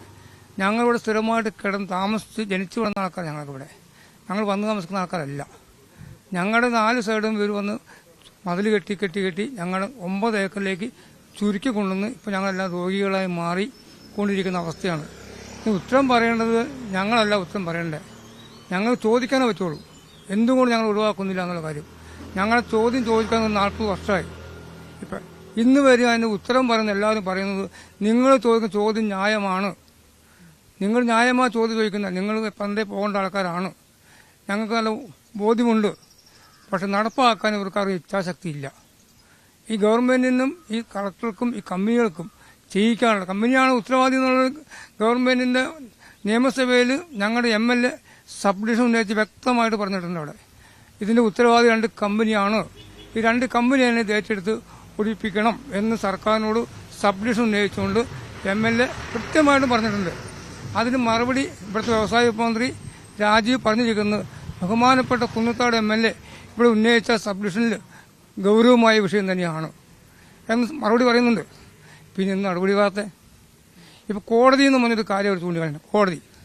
ഈ കോടതിയിൽ ഞങ്ങൾ പോയേക്കണത്, ഞങ്ങൾ 13 കൊല്ലം കേസ് കൊടുത്ത് അതിന് ഞങ്ങൾക്കൊരു വിധി തന്നു. ആ വിധി എന്ന് പറഞ്ഞാൽ ഇവിടെ ജനതാമസം പറ്റില്ല, 2 കമ്പനിയുടെ ഇടയിൽ സാനിച്ച് പോലെ ഗോസ്റ്റാൻഡ് ഇങ്ങനെയുള്ള ഈ ഭൂമിയിൽ പറ്റില്ല എന്നുള്ള കണ്ടെത്തലിന്റെ ഭാഗമായിട്ട് എന്ത് ചെയ്യാൻ ഗവൺമെന്റിന് പറ്റും?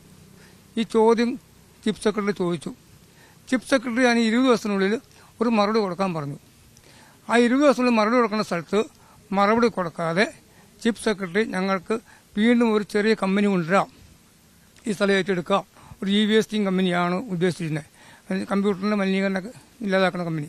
ആ കമ്പനിക്ക് ഉദ്ദേശിച്ചിരുന്ന ആ കമ്പനി വരാൻ വേണ്ടി എല്ലാ ചർച്ചകളും നടത്തി കളക്ടർ വന്ന് ബോധ്യപ്പെട്ട് ഒരു ഉന്നതതല യോഗം വിളിച്ചു തിരുവനന്തപുരത്ത്. ഈ ഉന്നതതല യോഗ തീരുമാനം സൂട്ടബിൾ ഏരിയ എന്ന് കണ്ടെത്തി. ആ സൂട്ടബിൾ ഏരിയ കണ്ടെത്തിയ പിന്നെ അതിന് നടപടിയുമായിട്ട് ഇപ്പോഴത്തെ ചീഫ് സെക്രട്ടറി അയക്കുന്ന ശാരദാ മുരളീധരന്റെ മേശപ്പുറത്ത് പോയി കൊടുക്കണം. ശാരദാ മുരളീധരന്റെ മേശപ്പുറത്ത് ആ സാധനം അനങ്ങിയിട്ടില്ല ഞങ്ങൾ മനസ്സിലാക്കുന്നത്. അവിടെ എനിക്കാണ്. പിന്നെ ഒരു സുപ്രഭാതത്തിൽ ഈ നടപടി കോടതിയെ കൊണ്ടുപോയി പറഞ്ഞു, ഞങ്ങൾക്ക് കുറച്ച് സമയം വേണം, 2 മാസം കാലാവധി വേണം. ഈ 2 മാസം കാലാവധി വേണമെന്ന് പറഞ്ഞ് നീട്ടിക്കൊടുത്ത് കോടതി പിന്നെയും കോടതി ചോദിച്ചു.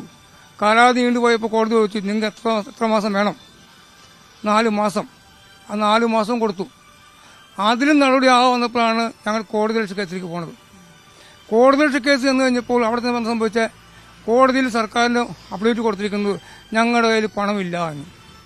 അപ്പം സർക്കാരിനോട് കോടതിയോട് ചോദിച്ചു, ഈ ജനങ്ങളെ പിന്നെ നിങ്ങൾ എന്ത് ചെയ്യാൻ ഉദ്ദേശിക്കുന്നത്? ഇവിടെ അവിടെ കൊല്ലാനാണ് ഉദ്ദേശിക്കുന്നത് എന്ന് കോടതി ചോദിക്കണം. അതിനെന്ത് പരിഹാരം ഞങ്ങൾ കണ്ടെത്താം.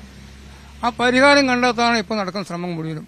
എന്ന് വെച്ചാൽ ഇവിടെ ടെസ്റ്റ് ചെയ്യുക, അന്തരീക്ഷം തന്നെ ഇല്ലാന്ന് വരുത്തുക, അവിടെ ഞങ്ങൾ കാലാകാലം കിടത്തുക, എന്നിട്ട് കൊല്ലുക.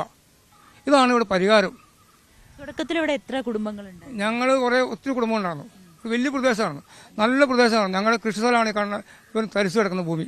എന്നാൽ കൃഷി ചെയ്യാൻ പറ്റില്ല. ഞങ്ങളുടെ തോട് ഇവർ വളഞ്ഞെടുത്ത് മതിൽ കെട്ടി അടച്ചിട്ട് അതിൻ്റെ ഉള്ളിലേക്ക് ഇവരുടെ കമ്പനിയുടെ മാലിന്യജലം ഒഴുക്കി ഈ പാടത്തേക്ക് വന്നിട്ട് പാടത്ത് നശിച്ചു പോയിരുന്നത്. അതിപ്പോൾ ഞങ്ങൾക്ക് ബസ് റൂട്ടിന് റോഡ് ഇവർ വളച്ചു കെട്ടിയെടുത്തു. ഇങ്ങനെ തോടും റോഡും എല്ലാം വളച്ചു കെട്ടിയെടുത്ത് അംഗനവാടിയും വളച്ചു കെട്ടിയെടുത്ത് ഞങ്ങളെ ഇവിടെ ഒരു ഇഞ്ചിഞ്ചായി കൊല്ലുന്നൊരവസ്ഥ. ഇതെന്ത് കുറ്റമാണ് ഞങ്ങൾ ചെയ്തത്? ഞങ്ങൾക്ക് ഒരു ആൻസർ കിട്ടിയേ പറ്റുള്ളൂ. ഞങ്ങളിപ്പോൾ ഒരു പ്രതിഷേധ സമരത്തിന് തുടങ്ങിയേക്കുക. ഇപ്പോൾ ജനങ്ങൾ പ്രതിഷേധമല്ലാതെ കഴിയില്ല. മാരകമായിട്ടുള്ള രോഗങ്ങളടക്കം എല്ലാവർക്കും ഓരോ ദിവസം കഴിയുന്നതോറും പിടികൂടും. അതെ രോഗം. ഇപ്പോൾ ഈ നമ്മൾ നിൽക്കുന്ന ഈ വീട്ടിലെ കുടുംബനാഥൻ ഇപ്പോൾ രോഗിയായിട്ട് മാറി തീർന്നിരിക്കുക. ആ കുടുംബനാഥൻ ഇനി പണിക്ക് പോയി ജീവിക്കാൻ പറ്റില്ല. ആ കുടുംബനാഥൻ ഇപ്പോൾ കോടതിയിൽ കേസ് കൊണ്ടു അറ്റൻഡ് ചെയ്ത് പോയേക്കും അവിടെ. അല്ലാതെ ഇത്രയും വയ്യാതെ തന്നെ പോയേക്കണം. കാര്യം പറയും കോടതിയിൽ ആരെയും വേണ്ടേ? എല്ലാം സാധാരണക്കാർ അവിടെ കിടന്ന ആൾക്കാരെല്ലാവരും പാവപ്പെട്ട ആളുകളാണ്. എന്ത് ചെയ്യാൻ പറ്റും? അപ്പോൾ ഞങ്ങൾക്ക് നീതിക്ക് വേണ്ടി ഞങ്ങൾ പോരാട്ടം ഈ റിഫറൻഡ് കയറ്റി HOC കയറ്റി ഞങ്ങൾ നടത്തിക്കൊണ്ടിരിക്കുകയാണ്. ഇതിൽ നീതി തരാൻ ഇവിടുത്തെ രാഷ്ട്രീയ പാർട്ടി ഇച്ഛാശക്തിയുള്ള രാഷ്ട്രീയ പാർട്ടി ഉണ്ടെങ്കിൽ ഞങ്ങൾക്കൊരു നീതി മേടിച്ചു തരാമെന്ന് ഞങ്ങൾ ആവശ്യപ്പെടുന്നത്. ഇത് മുഖ്യമന്ത്രിയുടെ തീരുമാനമുണ്ട്. ഇവിടെ കേരളത്തിലെ മുഖ്യമന്ത്രി ഒന്നും നിസ്സാരക്കാരല്ല. മുഖ്യമന്ത്രിയുടെ MLA എഴുതി കൊടുത്ത നിവേദനത്തിന് പുറത്ത് ഒരു നടപടി എടുക്കണമെന്ന് പറഞ്ഞ് മുഖ്യമന്ത്രി ഉടൻ തന്നെ അത് ജില്ലാ കളക്ടർക്ക് അയച്ചിട്ട് ആ കോപ്പി ജില്ലാ കളക്ടർ താലൂക്ക് വഴി വില്ലേജിൽ വന്നിട്ട് വില്ലേജ് റിപ്പോർട്ട് നേരെ കളക്ടറേറ്റിൽ എത്തിയിട്ടുണ്ട്. കളക്ടറേറ്റിന് റിപ്പോർട്ട് എങ്ങോട്ട് പോയി ഞങ്ങൾക്ക് അറിയാൻ പാടില്ല. ഇത് സാധാരണക്കാരെ ആളുകളുടെ പറ്റിക്കുന്നത്. കുറച്ച് കാശുള്ള ആളുകളുടെ കിടക്കണി നടക്കില്ല. ഇവർ സ്ഥലം എടുക്കാൻ വേണ്ടി ഇപ്പോൾ ഇവർ വീണ്ടും ഭൂമി ഏറ്റെടുക്കാൻ വേണ്ടി നടുവിന് മുമ്പോട്ട് പോകണം ഞങ്ങൾ അറിയാൻ പറ്റുകയാണ്. ഇവരെല്ലാം കഴിഞ്ഞ് ഭൂമിയുടെ എല്ലാ അപ്രൂവലും കിട്ടിക്കാമ്പോൾ ഞങ്ങൾ അറിയുള്ളൂ. അപ്പോൾ അവർ ഇവിടെ എല്ലാം ഞങ്ങൾക്ക് സൂട്ട് പേര് അപ്പറയെന്ന് പറയും. ആ ഏരിയയ്ക്ക് വേണ്ടി വർക്ക് നടക്കും. അപ്പോൾ ഈ നേതാക്കന്മാർ ഇവിടെയുള്ള ആളുകളെല്ലാവരും അതിന് സപ്പോർട്ട് ചെയ്യും. ഞങ്ങൾക്ക് പിന്നെ നീതി കിട്ടില്ല. ഇതാണ് അതിന് അവിടെയൊക്കെ എന്താ സംഭവിക്കുന്നത്? ഇവിടെ എല്ലാം ഉള്ളത് 50 സെൻറ്റ് അതിൽ താഴെ ആൾക്കാരുള്ളൂ. 50 സെൻറ്റ് ഒരാൾ രണ്ടുപേരും ഉള്ളൂ. 50 സെൻറ്റ് ആളൊന്നുമില്ല. ബാക്കി എല്ലാം 2 സെൻറ്റ് 3 സെൻറ്റ് 5 സെൻറ്റ് അല്ല. അവിടെ നിന്ന് ഒരാൾക്കുള്ള 5 ഏക്കർ സ്ഥലം കാണും. ഈ 5 ഏക്കർ സ്ഥലമുള്ള വ്യക്തിയെടുത്ത് പോയി സ്ഥലം എടുക്കുമ്പോൾ പുറമ്പോക്കുണ്ടാവും. ആ പുറമ്പോക്കിന് പൈസ ഇവർ കീശയിലിടാം. ഇങ്ങനെ കീശയിൽ പൈസ അടിച്ച് മാറ്റുന്ന ഒരു ലാഭക്കണ്ണും കൊണ്ടുള്ള സ്ഥലം എടുപ്പ് മാത്രമേ നടക്കുന്നുള്ളൂ. അതിന് പറ്റിയ ഉദ്യോഗസ്ഥന്മാരെ നിയമിക്കുന്നവർ. എന്നാൽ ഇവിടെയുള്ള റിട്ടയർ ചെയ്ത ഉദ്യോഗസ്ഥൻ കുറുപ്പുന്ന ഒരാളുണ്ട്. റിട്ടയർ ചെയ്ത ഉദ്യോഗസ്ഥനാണ്. ഞങ്ങളുടെ ഭൂമി വാല്യൂഷൻ ചെയ്ത ഉദ്യോഗസ്ഥനാണ്. ഈ സ്ഥലം 2000 ഇത് ഇടിച്ചെടുക്കാൻ വേണ്ടി ഫോർവൺ നോട്ടിഫിക്കേഷനിൽ വാല്യൂഷൻ ചെയ്ത ഭൂമി അത് അവർ തന്ത്രപരമായിട്ട് മാറ്റി വെച്ചിട്ടാണ് അവർ വേറെ ഏരിയ എടുത്തത്. അപ്പോൾ ഈ കുറുപ്പുന്ന ഉദ്യോഗസ്ഥൻ ഇന്ന് അവരുടെ കൂടെ റിട്ടയർ ആയിട്ട് നിൽക്കുക. ഇവിടുത്തെ എല്ലാ സഹകാര തന്ത്രം പുള്ളിക്കറിയാം. എങ്ങനെയൊക്കെ ഭൂമി കിടക്കണമെന്നും എവിടെയൊക്കെ പുറമ്പോക്ക് കിടക്കണമെന്നും ഈ റിട്ടയർ ഉദ്യോഗസ്ഥനറിയാം. അയാളെ വെച്ചിട്ടാണ് ഈ മുതലാളിമാർ ഈ കാശ് മേടിക്കാൻ വേണ്ടി കാശ് കൊടുത്തുകൊണ്ട് ഈ ഉദ്യോഗസ്ഥർ ഈ പണി മൊത്തം ചെയ്യിക്കണേ. ഇതിനകത്ത് എല്ലാവർക്കും പങ്കുണ്ട്. കമ്പനി ഉദ്യോഗസ്ഥന്മാർക്ക് പങ്കുണ്ട്. ഈ നാട്ടിലുള്ള ചില പ്രമാണിമാർക്ക് പങ്കുണ്ട്. എല്ലാവർക്കും കൂട്ടായി കിടന്നത് ഒരു കടുത്ത അനീതി അവിടെ ചെയ്തു വെച്ചങ്ങനെ. സാധാരണയിൽ സാധാരണക്കാരായിട്ടുള്ള ഒരു കൂട്ടം ആളുകൾ ദിവസക്കൂലിക്ക് ജോലി ചെയ്ത് ആ തുകയിൽ നിന്നാണ് ഇവർ ജീവിതം മുന്നോട്ട് പോകുന്നത്. അതിൽ നിന്നുള്ള ഒരു പങ്കാണ് ഈ 13 വർഷമായി നിയമ പോരാട്ടത്തിനു വേണ്ടി മാറ്റിവെക്കുന്നത്. കോടതിയിൽ നിന്ന് പോലും അനുകൂലമായിട്ടുള്ള വിധി ഉണ്ടായിട്ടും എന്തുകൊണ്ടാണ് ഇവർക്ക് വേണ്ടിയിട്ടുള്ള ഒരു പുനരധിവാസം എന്ന ഇവരുടെ ആവശ്യത്തെ സർക്കാർ അവഗണിക്കുന്നത്, അല്ലെങ്കിൽ ഇവർക്ക് മുന്നിൽ കണ്ണടയ്ക്കുന്നതെന്ന് ഇപ്പോഴും അറിയില്ല.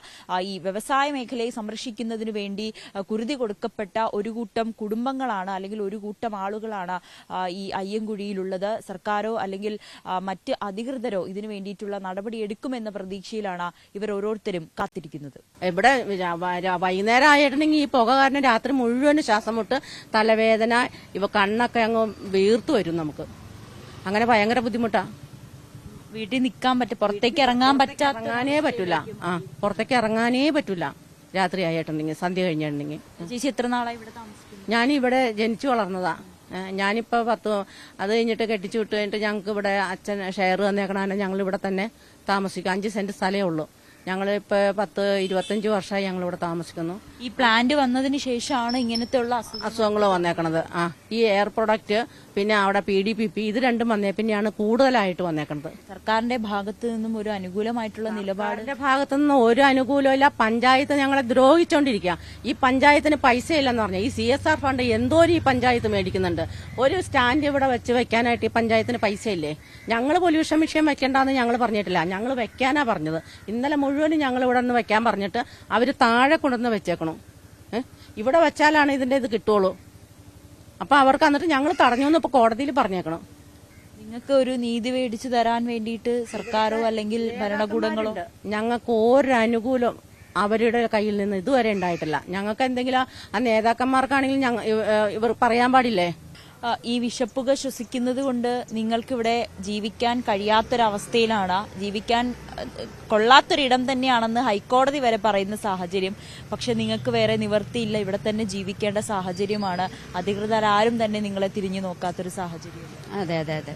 ഞങ്ങൾക്കിപ്പോൾ ഈ 2 കമ്പനിയുടെ ഇടയ്ക്ക് ഞങ്ങൾ കിടക്കണത് കൊണ്ട് ഞങ്ങൾക്കിപ്പോൾ ഭയങ്കര ബുദ്ധിമുട്ട് ഞങ്ങൾ ഇതിന് വേണ്ടിയിട്ട് പോരാടാൻ തുടങ്ങിയിട്ട് വർഷങ്ങളോളമായി. അപ്പോൾ ഇപ്പം 2 മരണം തന്നെ നടന്നു. ശ്വാസം മുട്ട് ആയിട്ട് ഇപ്പം 3-4 മാസമായിട്ട് ഇപ്പോൾ ഡെയിലി പോകാം. ഇപ്പം അന്തരീക്ഷം അങ്ങോട്ട് മഴയുടെ ഒരു ഇത് വന്നിട്ടുണ്ടെങ്കിൽ ഭയങ്കര സ്മെല്ലും ഭയങ്കര പുകയും മൂടൽമഞ്ഞ് പോലെയാണ് ഞങ്ങളുടെ ഈ പ്രദേശം. അത് ഞങ്ങൾ പറയണത് ഞങ്ങൾ ക്രിയേറ്റീവ് ചെയ്തിട്ടാണ് ചെയ്യണേന്നൊക്കെയാണ് പറയണത്.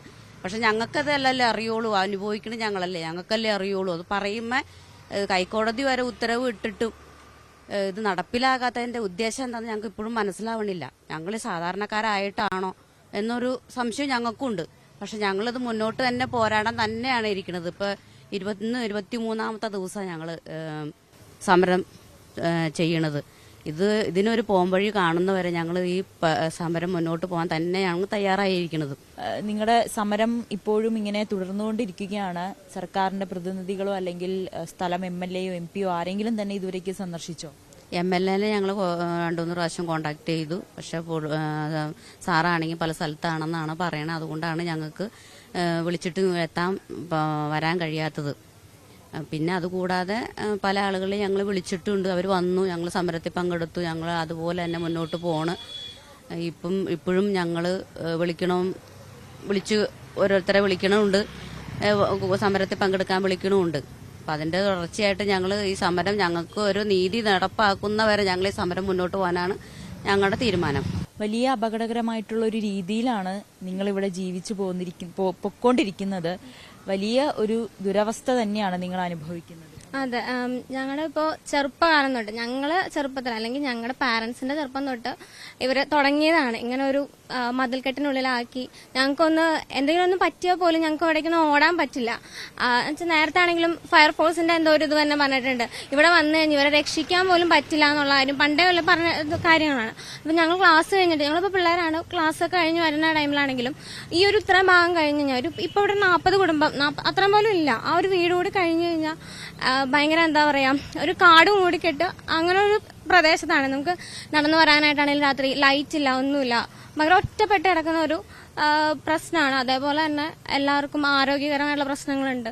അതാണ് ഏറ്റവും കൂടുതൽ ഉണ്ടാകുന്ന. കുട്ടികൾക്കാണെങ്കിൽ പോലും വളരെ വളരെ വളരെ പ്രശ്നങ്ങളാണ്. രാത്രി ആകുമ്പോഴത്തേക്കും മിക്ക പിള്ളേരെ എടുത്തുകൊണ്ട് ആശുപത്രിയിലേക്ക് പോകുന്ന അവസ്ഥയാണുള്ളത്. വികസനങ്ങളൊന്നും തന്നെ ഇങ്ങോട്ടേക്ക് വരുന്നില്ല എന്നുള്ളതും വലിയൊരു പ്രശ്നം തന്നെയാണ്. ഇപ്പൊ ഞങ്ങൾക്ക് ഇതായിട്ടൊരു ഹോസ്പിറ്റലില്ല, നല്ലൊരു ഇതുള്ള ഒരു ഇത് വന്നിട്ടില്ല. ഇപ്പൊ CSR ഫണ്ടിന്റെ കാര്യം ഇതൊക്കെ പറയുന്നുണ്ട്. ഞങ്ങൾക്കൊരു സ്കൂളുണ്ടായിരുന്നു, ഒരു ഗവൺമെന്റ് സ്കൂൾ അവിടെ ഉണ്ട്. അതാണെങ്കിൽ ഇതുപോലെ നേരത്തെ നിങ്ങൾ തന്നെ റിപ്പോർട്ട് ചെയ്തിട്ടുണ്ടാവും, ഒരു ലീക്ക് വന്നിട്ട് അവിടെ നിന്ന് മാറ്റി ഞങ്ങൾക്ക് അങ്ങോട്ടേക്ക് എത്തിപ്പെടാനുള്ള മാർഗ്ഗമില്ല. ഇപ്പൊ ഈ വഴിയൊക്കെ ആണെങ്കിൽ അടച്ച്, അത് കാരണം ഞങ്ങളിപ്പോ കുറെ ദൂരെയുള്ള സ്കൂളിലായി പോയി ചേർന്നത്. ബസ് സർവീസും ഇത് ബസ് റൂട്ട് ആയിരുന്നു പണ്ട് ഞങ്ങളുടെയൊക്കെ ചെറുപ്പത്തിന് മുന്നേക്കെ. അതുപോലും അവർ അടച്ചു കെട്ടി മൊത്തം ഒരു രീതിയിലും വികസനം എത്തില്ല. അങ്ങനെ രീതിയിൽ മൊത്തമായിട്ട് ഞങ്ങൾ അടച്ചു കെട്ടി വെച്ചേക്കാണ്. ഞങ്ങൾക്ക് അന്ന് എന്തായാലും മോചനം വേണം. സർക്കാരിന്റെ ഭാഗത്തു നിന്ന് ഇനിയെങ്കിലും ഒരു അനുകൂലമായിട്ടുള്ള നിലപാടുണ്ടാകുമെന്ന് പ്രതീക്ഷിക്കുന്നു. അങ്ങനെ പ്രതീക്ഷിക്കുന്നുണ്ടോന്ന് വെച്ചാൽ ഇപ്പോ അത് അങ്ങനെ ഒരു ഇത് വരാത്തോണ്ടാണ് ഞങ്ങൾ നിയമപരമായിട്ട് മുന്നോട്ട് പോയത്. ഇനിയും അവർ കണ്ണു തുറന്നില്ലെന്നുണ്ടെങ്കിൽ സമരം ഇനി ശക്തമാക്കാനാണ് ഞങ്ങൾ തീരുമാനിച്ചിരിക്കുന്നത്. മനുഷ്യരുടെ ജീവനും സ്വത്തിനും സംരക്ഷണം നൽകേണ്ട സർക്കാർ എന്തുകൊണ്ടാണ് ഇവരുടെ ജീവിതവും ജീവനും കണ്ടില്ല എന്ന് നടിക്കുന്നത്? ഇങ്ങനെ വിഷപ്പുക ശ്വസിച്ച് മരിക്കുവാനാണോ ഞങ്ങളുടെ വിധി എന്ന ഇവരുടെ ചോദ്യത്തിന് മുന്നിൽ എന്തുകൊണ്ടാണ് സർക്കാർ മൗനം പാലിക്കുന്നത്? ഞാനുണ്ട് ഇവിടെ ചോദിക്കാൻ പൂർണ്ണമാകുന്നു. നമസ്കാരം.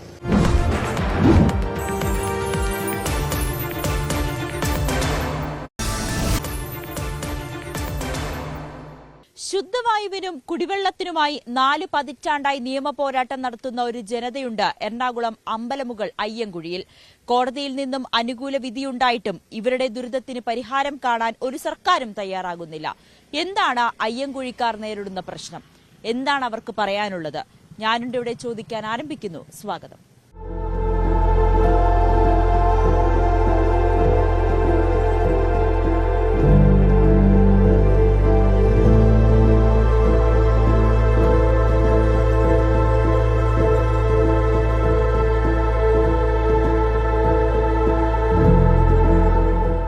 കൊച്ചിൻ റിഫൈനറിക്കും ഹിന്ദുസ്ഥാൻ ഓർഗാനിക് കെമിക്കൽസ് ഈ 2 പ്ലാന്റുകൾക്കും നടുവിലായി 4 മതിൽക്കെട്ടുകൾക്കുള്ളിൽ താമസിക്കുന്ന വിഷപ്പുക ശ്വസിച്ച് താമസിക്കുന്ന 30ഓളം കുടുംബങ്ങളുണ്ട്.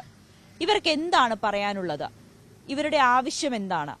ഇതെല്ലാം നമുക്ക് നേരിട്ട് തന്നെ ചോദിക്കാം. ചേച്ചി, 35 വർഷത്തിലേറെയായി നിങ്ങൾ ഈ ഒരു നിയമ പോരാട്ടവുമായി നടക്കുന്നു. കോടതിയിൽ നിന്നും അനുകൂലമായിട്ടുള്ള വിധി ഉണ്ടാകുന്നു. എന്താണ് നിങ്ങളുടെ ഇപ്പോഴത്തെ ആവശ്യം? ഞങ്ങൾ 40 വർഷമായി ഈ പോരാട്ടമായിട്ട് ഇറങ്ങിയിട്ട്. ഞങ്ങൾ ഇന്ന് വരെ മുട്ടാത്ത ഒരു വാതിലുകളുമില്ല. മാറി മാറി വരുന്ന എല്ലാ സർക്കാരിൻ്റെ അടുത്തും ഞങ്ങൾ MP ആയാലും MLA ആയാലും ഞങ്ങൾ കയറി ഇറങ്ങി മടുത്ത ആൾക്കാരാണ്. രാഷ്ട്രീയപരമായിട്ട് ഞങ്ങൾക്ക് യാതൊരു അനുകൂലമായ ഒരു നീക്കുപോക്ക് ഞങ്ങളുടെ മേൽ വരുന്നില്ല. പിന്നെ അതുപോലെ തന്നെ ഇപ്പം ഞങ്ങൾ 14 വർഷമായിട്ട് ഹൈക്കോടതിയിൽ കേസ് നടക്കുക. ഈ കേസ് ഞങ്ങൾക്ക് അനുകൂലമായിട്ട് ഞങ്ങൾ എത്രയും പെട്ടെന്ന് ഈ സ്ഥലം എടുത്ത് ഒഴിപ്പിക്കണം എന്നുള്ള ഇതാണ് കോടതിയിൽ നിന്ന് വന്നത്. ആ വന്ന ശേഷം വീണ്ടും ഞങ്ങളുടെ ഒരു വേസ്റ്റ് റീസൈക്ലിംഗ് പ്ലാന്റിന് വേണ്ടിയിട്ട് ഈ സ്ഥലം അക്വയർ ചെയ്യാമെന്ന് ഗവൺമെൻറ്റിന് ഇവർ ആദ്യമേ കോടതി ഇത് പറയുമ്പോൾ കോടതി ഓർഡർ ഇടുന്ന സമയത്ത് ഈ കൊച്ചിൻ റിഫൈനറിക്കാർ പറഞ്ഞു അവർക്കിപ്പോൾ പ്രൊജക്റ്റ് ഇല്ല. ഈ ഹിന്ദുസ്ഥാൻ ഓർഗാനിക് കെമിക്കലുകാർ പറഞ്ഞു അവരുടെ കയ്യിൽ ഫണ്ടില്ല, ഞങ്ങളെ ഒഴിപ്പിക്കാനുള്ള ഫണ്ടില്ല എന്ന് പറഞ്ഞു. ആകെ 9.5 ഏക്കർ ഭൂമി മാത്രമേ ഉള്ളൂ ഇവിടെ.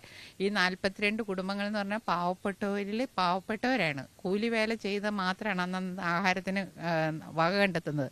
ഇവിടെയുള്ള കുട്ടികൾ സർവരും രോഗബാധിതരാണ്. എല്ലാവർക്കും ശ്വാസം മുട്ടൽ, അതുപോലെ തന്നെ സ്കിന്നിൻ്റെ പ്രോബ്ലം. എൻ്റെ ഹസ്ബൻഡിൻ്റെ അമ്മയൊക്കെ ഈ വെള്ളത്തിനകത്തൊക്കെ ഇറങ്ങിയിരുന്ന കാലിലെല്ലാം ചൊറിഞ്ഞ് പൊട്ടി ആകെ നാശമായിട്ടാണ് എൻ്റെ അമ്മയൊക്കെ മരിച്ചുപോയി, ഹസ്ബൻഡിൻ്റെ അമ്മ. അതുപോലെ എല്ലാവരും മാരകമാരുകളാണ്. അതിൽ ക്യാൻസർ, ഇപ്പം തന്നെ ഇവിടെ ക്യാൻസർ പേഷ്യൻസ് ആയിട്ട് 2 പേര് ഓൾറെഡി ഇപ്പോൾ ഇവിടെയുണ്ട്. ഒരു 3-4 പേര് കൂടുതൽ മരണം അടഞ്ഞു പോയിട്ടുണ്ട്. ഇവരെ സന്ധ്യ ആകുമ്പോഴത്തേക്ക് നമ്മളുടെ ഇപ്പോൾ ഈ ഒരു അന്തരീക്ഷം കാണുന്നുണ്ടല്ലോ നിങ്ങൾ, ഈ അന്തരീക്ഷത്തിലേക്ക് ഈ പുക മൊത്തം ഈ ഫയർ സ്റ്റാക്കും കത്തിച്ചിട്ട് ഈ പുക അങ്ങോട്ട് തള്ളും. ഈ തള്ളി കഴിയുമ്പോൾ അതിന് ആ മഴ വന്ന് നിൽക്കുന്ന സമയത്ത് ഇവരുടെ ആ സ്മെല്ല്, പിന്നെ ആ സമയത്താണ് തുറന്നു വിടുന്നത്. വാതകം എന്താണ് തുറന്നു വിടുന്നതെന്നൊക്കെ അറിയില്ല. പക്ഷേ ആ സ്മെല്ല് കൊണ്ട് നമുക്ക് ഒരു രീതിയിലും നമുക്ക് ജീവിക്കാൻ പറ്റാത്ത അവസ്ഥയിലാണ് നമ്മളിവിടെ പോകുന്നത്.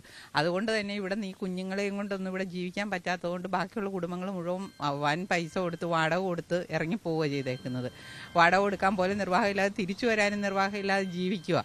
അവരവരുടെ സ്വന്തം കിടക്കുന്ന മണ്ണിൽ നിന്നാണ് അന്യനാട്ടിൽ പോയിട്ട് വാടകയും കൊടുത്ത് ജീവിക്കുന്നത്.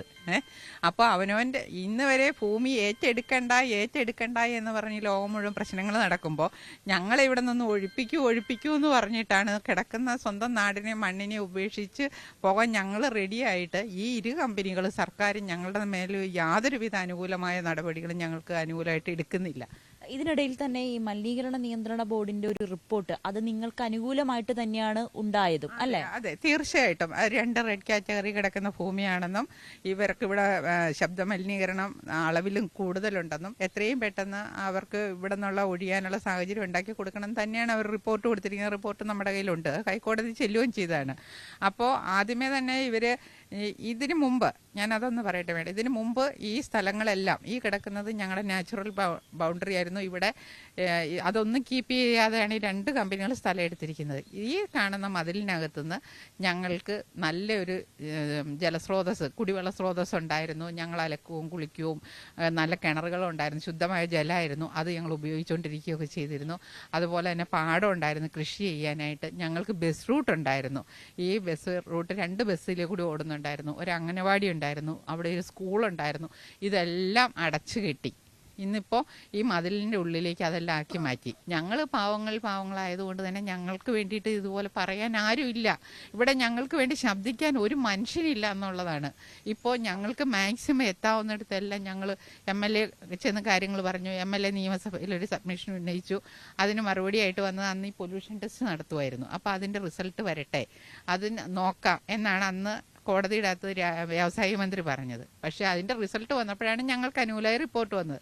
അപ്പോൾ ഇവർ പിന്നെ വീണ്ടും ആവർത്തിക്കുന്നത് ഇത് ഇൻഡസ്ട്രിയൽ ഏരിയ അല്ല, ഇത് ഈ ഭാഗം ഇൻഡസ്ട്രിയൽ ഏരിയ അല്ല, ഇത് റെസിഡൻഷ്യൽ ഏരിയ ആണെന്നാണ്. വേണു എന്നുള്ള ജോയി സാർ ഇരിക്കുന്ന സമയത്തായിരുന്നു നമ്മൾ കേസ് ചീഫ് സെക്രട്ടറിയായിട്ട് നടന്നിരുന്നത്. പിന്നെ വേണു എന്ന് പറഞ്ഞ സാറ് ചീഫ് സെക്രട്ടറി ആയ സമയത്ത് അദ്ദേഹം കോടതി പറഞ്ഞിരിക്കുന്നത് ഇത് റെസിഡൻഷ്യൽ ഏരിയ ആണ്, ഇത് പിന്നെ ഇൻഡസ്ട്രിയൽ ഏരിയ ആണെന്ന്. പക്ഷേ ഞങ്ങളുടെ സർവേ നമ്പറും ഇത് ഒരേ സർവേ നമ്പർ തന്നെയാണ്. അപ്പോൾ ഇത് ഇൻഡസ്ട്രിയൽ ഏരിയ തന്നെയാണ്. പക്ഷേ കോടതിയിൽ അവർ സമർത്ഥിക്കുകയാണ് ഇത് റെസിഡൻഷ്യൽ ഏരിയ ആണെന്ന്. ഞങ്ങളോട് ചെയ്യുന്ന നീതി എന്താ? ഇവിടെ സർക്കാരിന് ഞങ്ങളോട് നീതി പുലർത്തുന്നില്ല. ഇതിന് ശേഷം ഞങ്ങൾ ഗവർണറുടെ അടുത്ത് പോയി കണ്ടു. സാറ് ഞങ്ങൾക്ക് ചെയ്യാൻ സപ്പോർട്ട് ചെയ്തു തന്നു.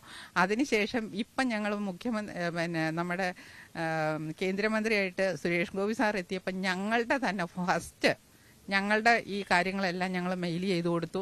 ഈ സാധനം കേന്ദ്ര പെട്രോളിയം മിനിസ്റ്ററുടെ മേശയിൽ ഇരിപ്പുണ്ട്. അവിടെ നിന്ന് ഞങ്ങൾ അദ്ദേഹമെങ്കിലും ഞങ്ങളോടൊരു കാരണം കാണിക്കും എന്നുള്ളൊരു ചിന്തയിലാണ്. പുള്ളിക്കാരൻ എന്തുകൊണ്ട് നല്ലൊരു വ്യക്തിയാണല്ലോ എന്നോർത്ത് ഫസ്റ്റ് ഇവിടെ മിനിസ്ട്രി ഓഫീസ് തിരുവനന്തപുരത്ത് തുടങ്ങിയ അന്ന് തന്നെ ഞങ്ങൾ ഈ റിപ്പോർട്ട് കറക്റ്റായിട്ട് ഞങ്ങൾ എത്തിച്ചു കൊടുത്തതാണ്. പക്ഷേ ഇന്നും അതിന് അവിടെ ഒരനക്കയില്ല. ഇത് ആര് ബ്ലോക്ക് ചെയ്യുന്നു എന്നറിയത്തില്ല.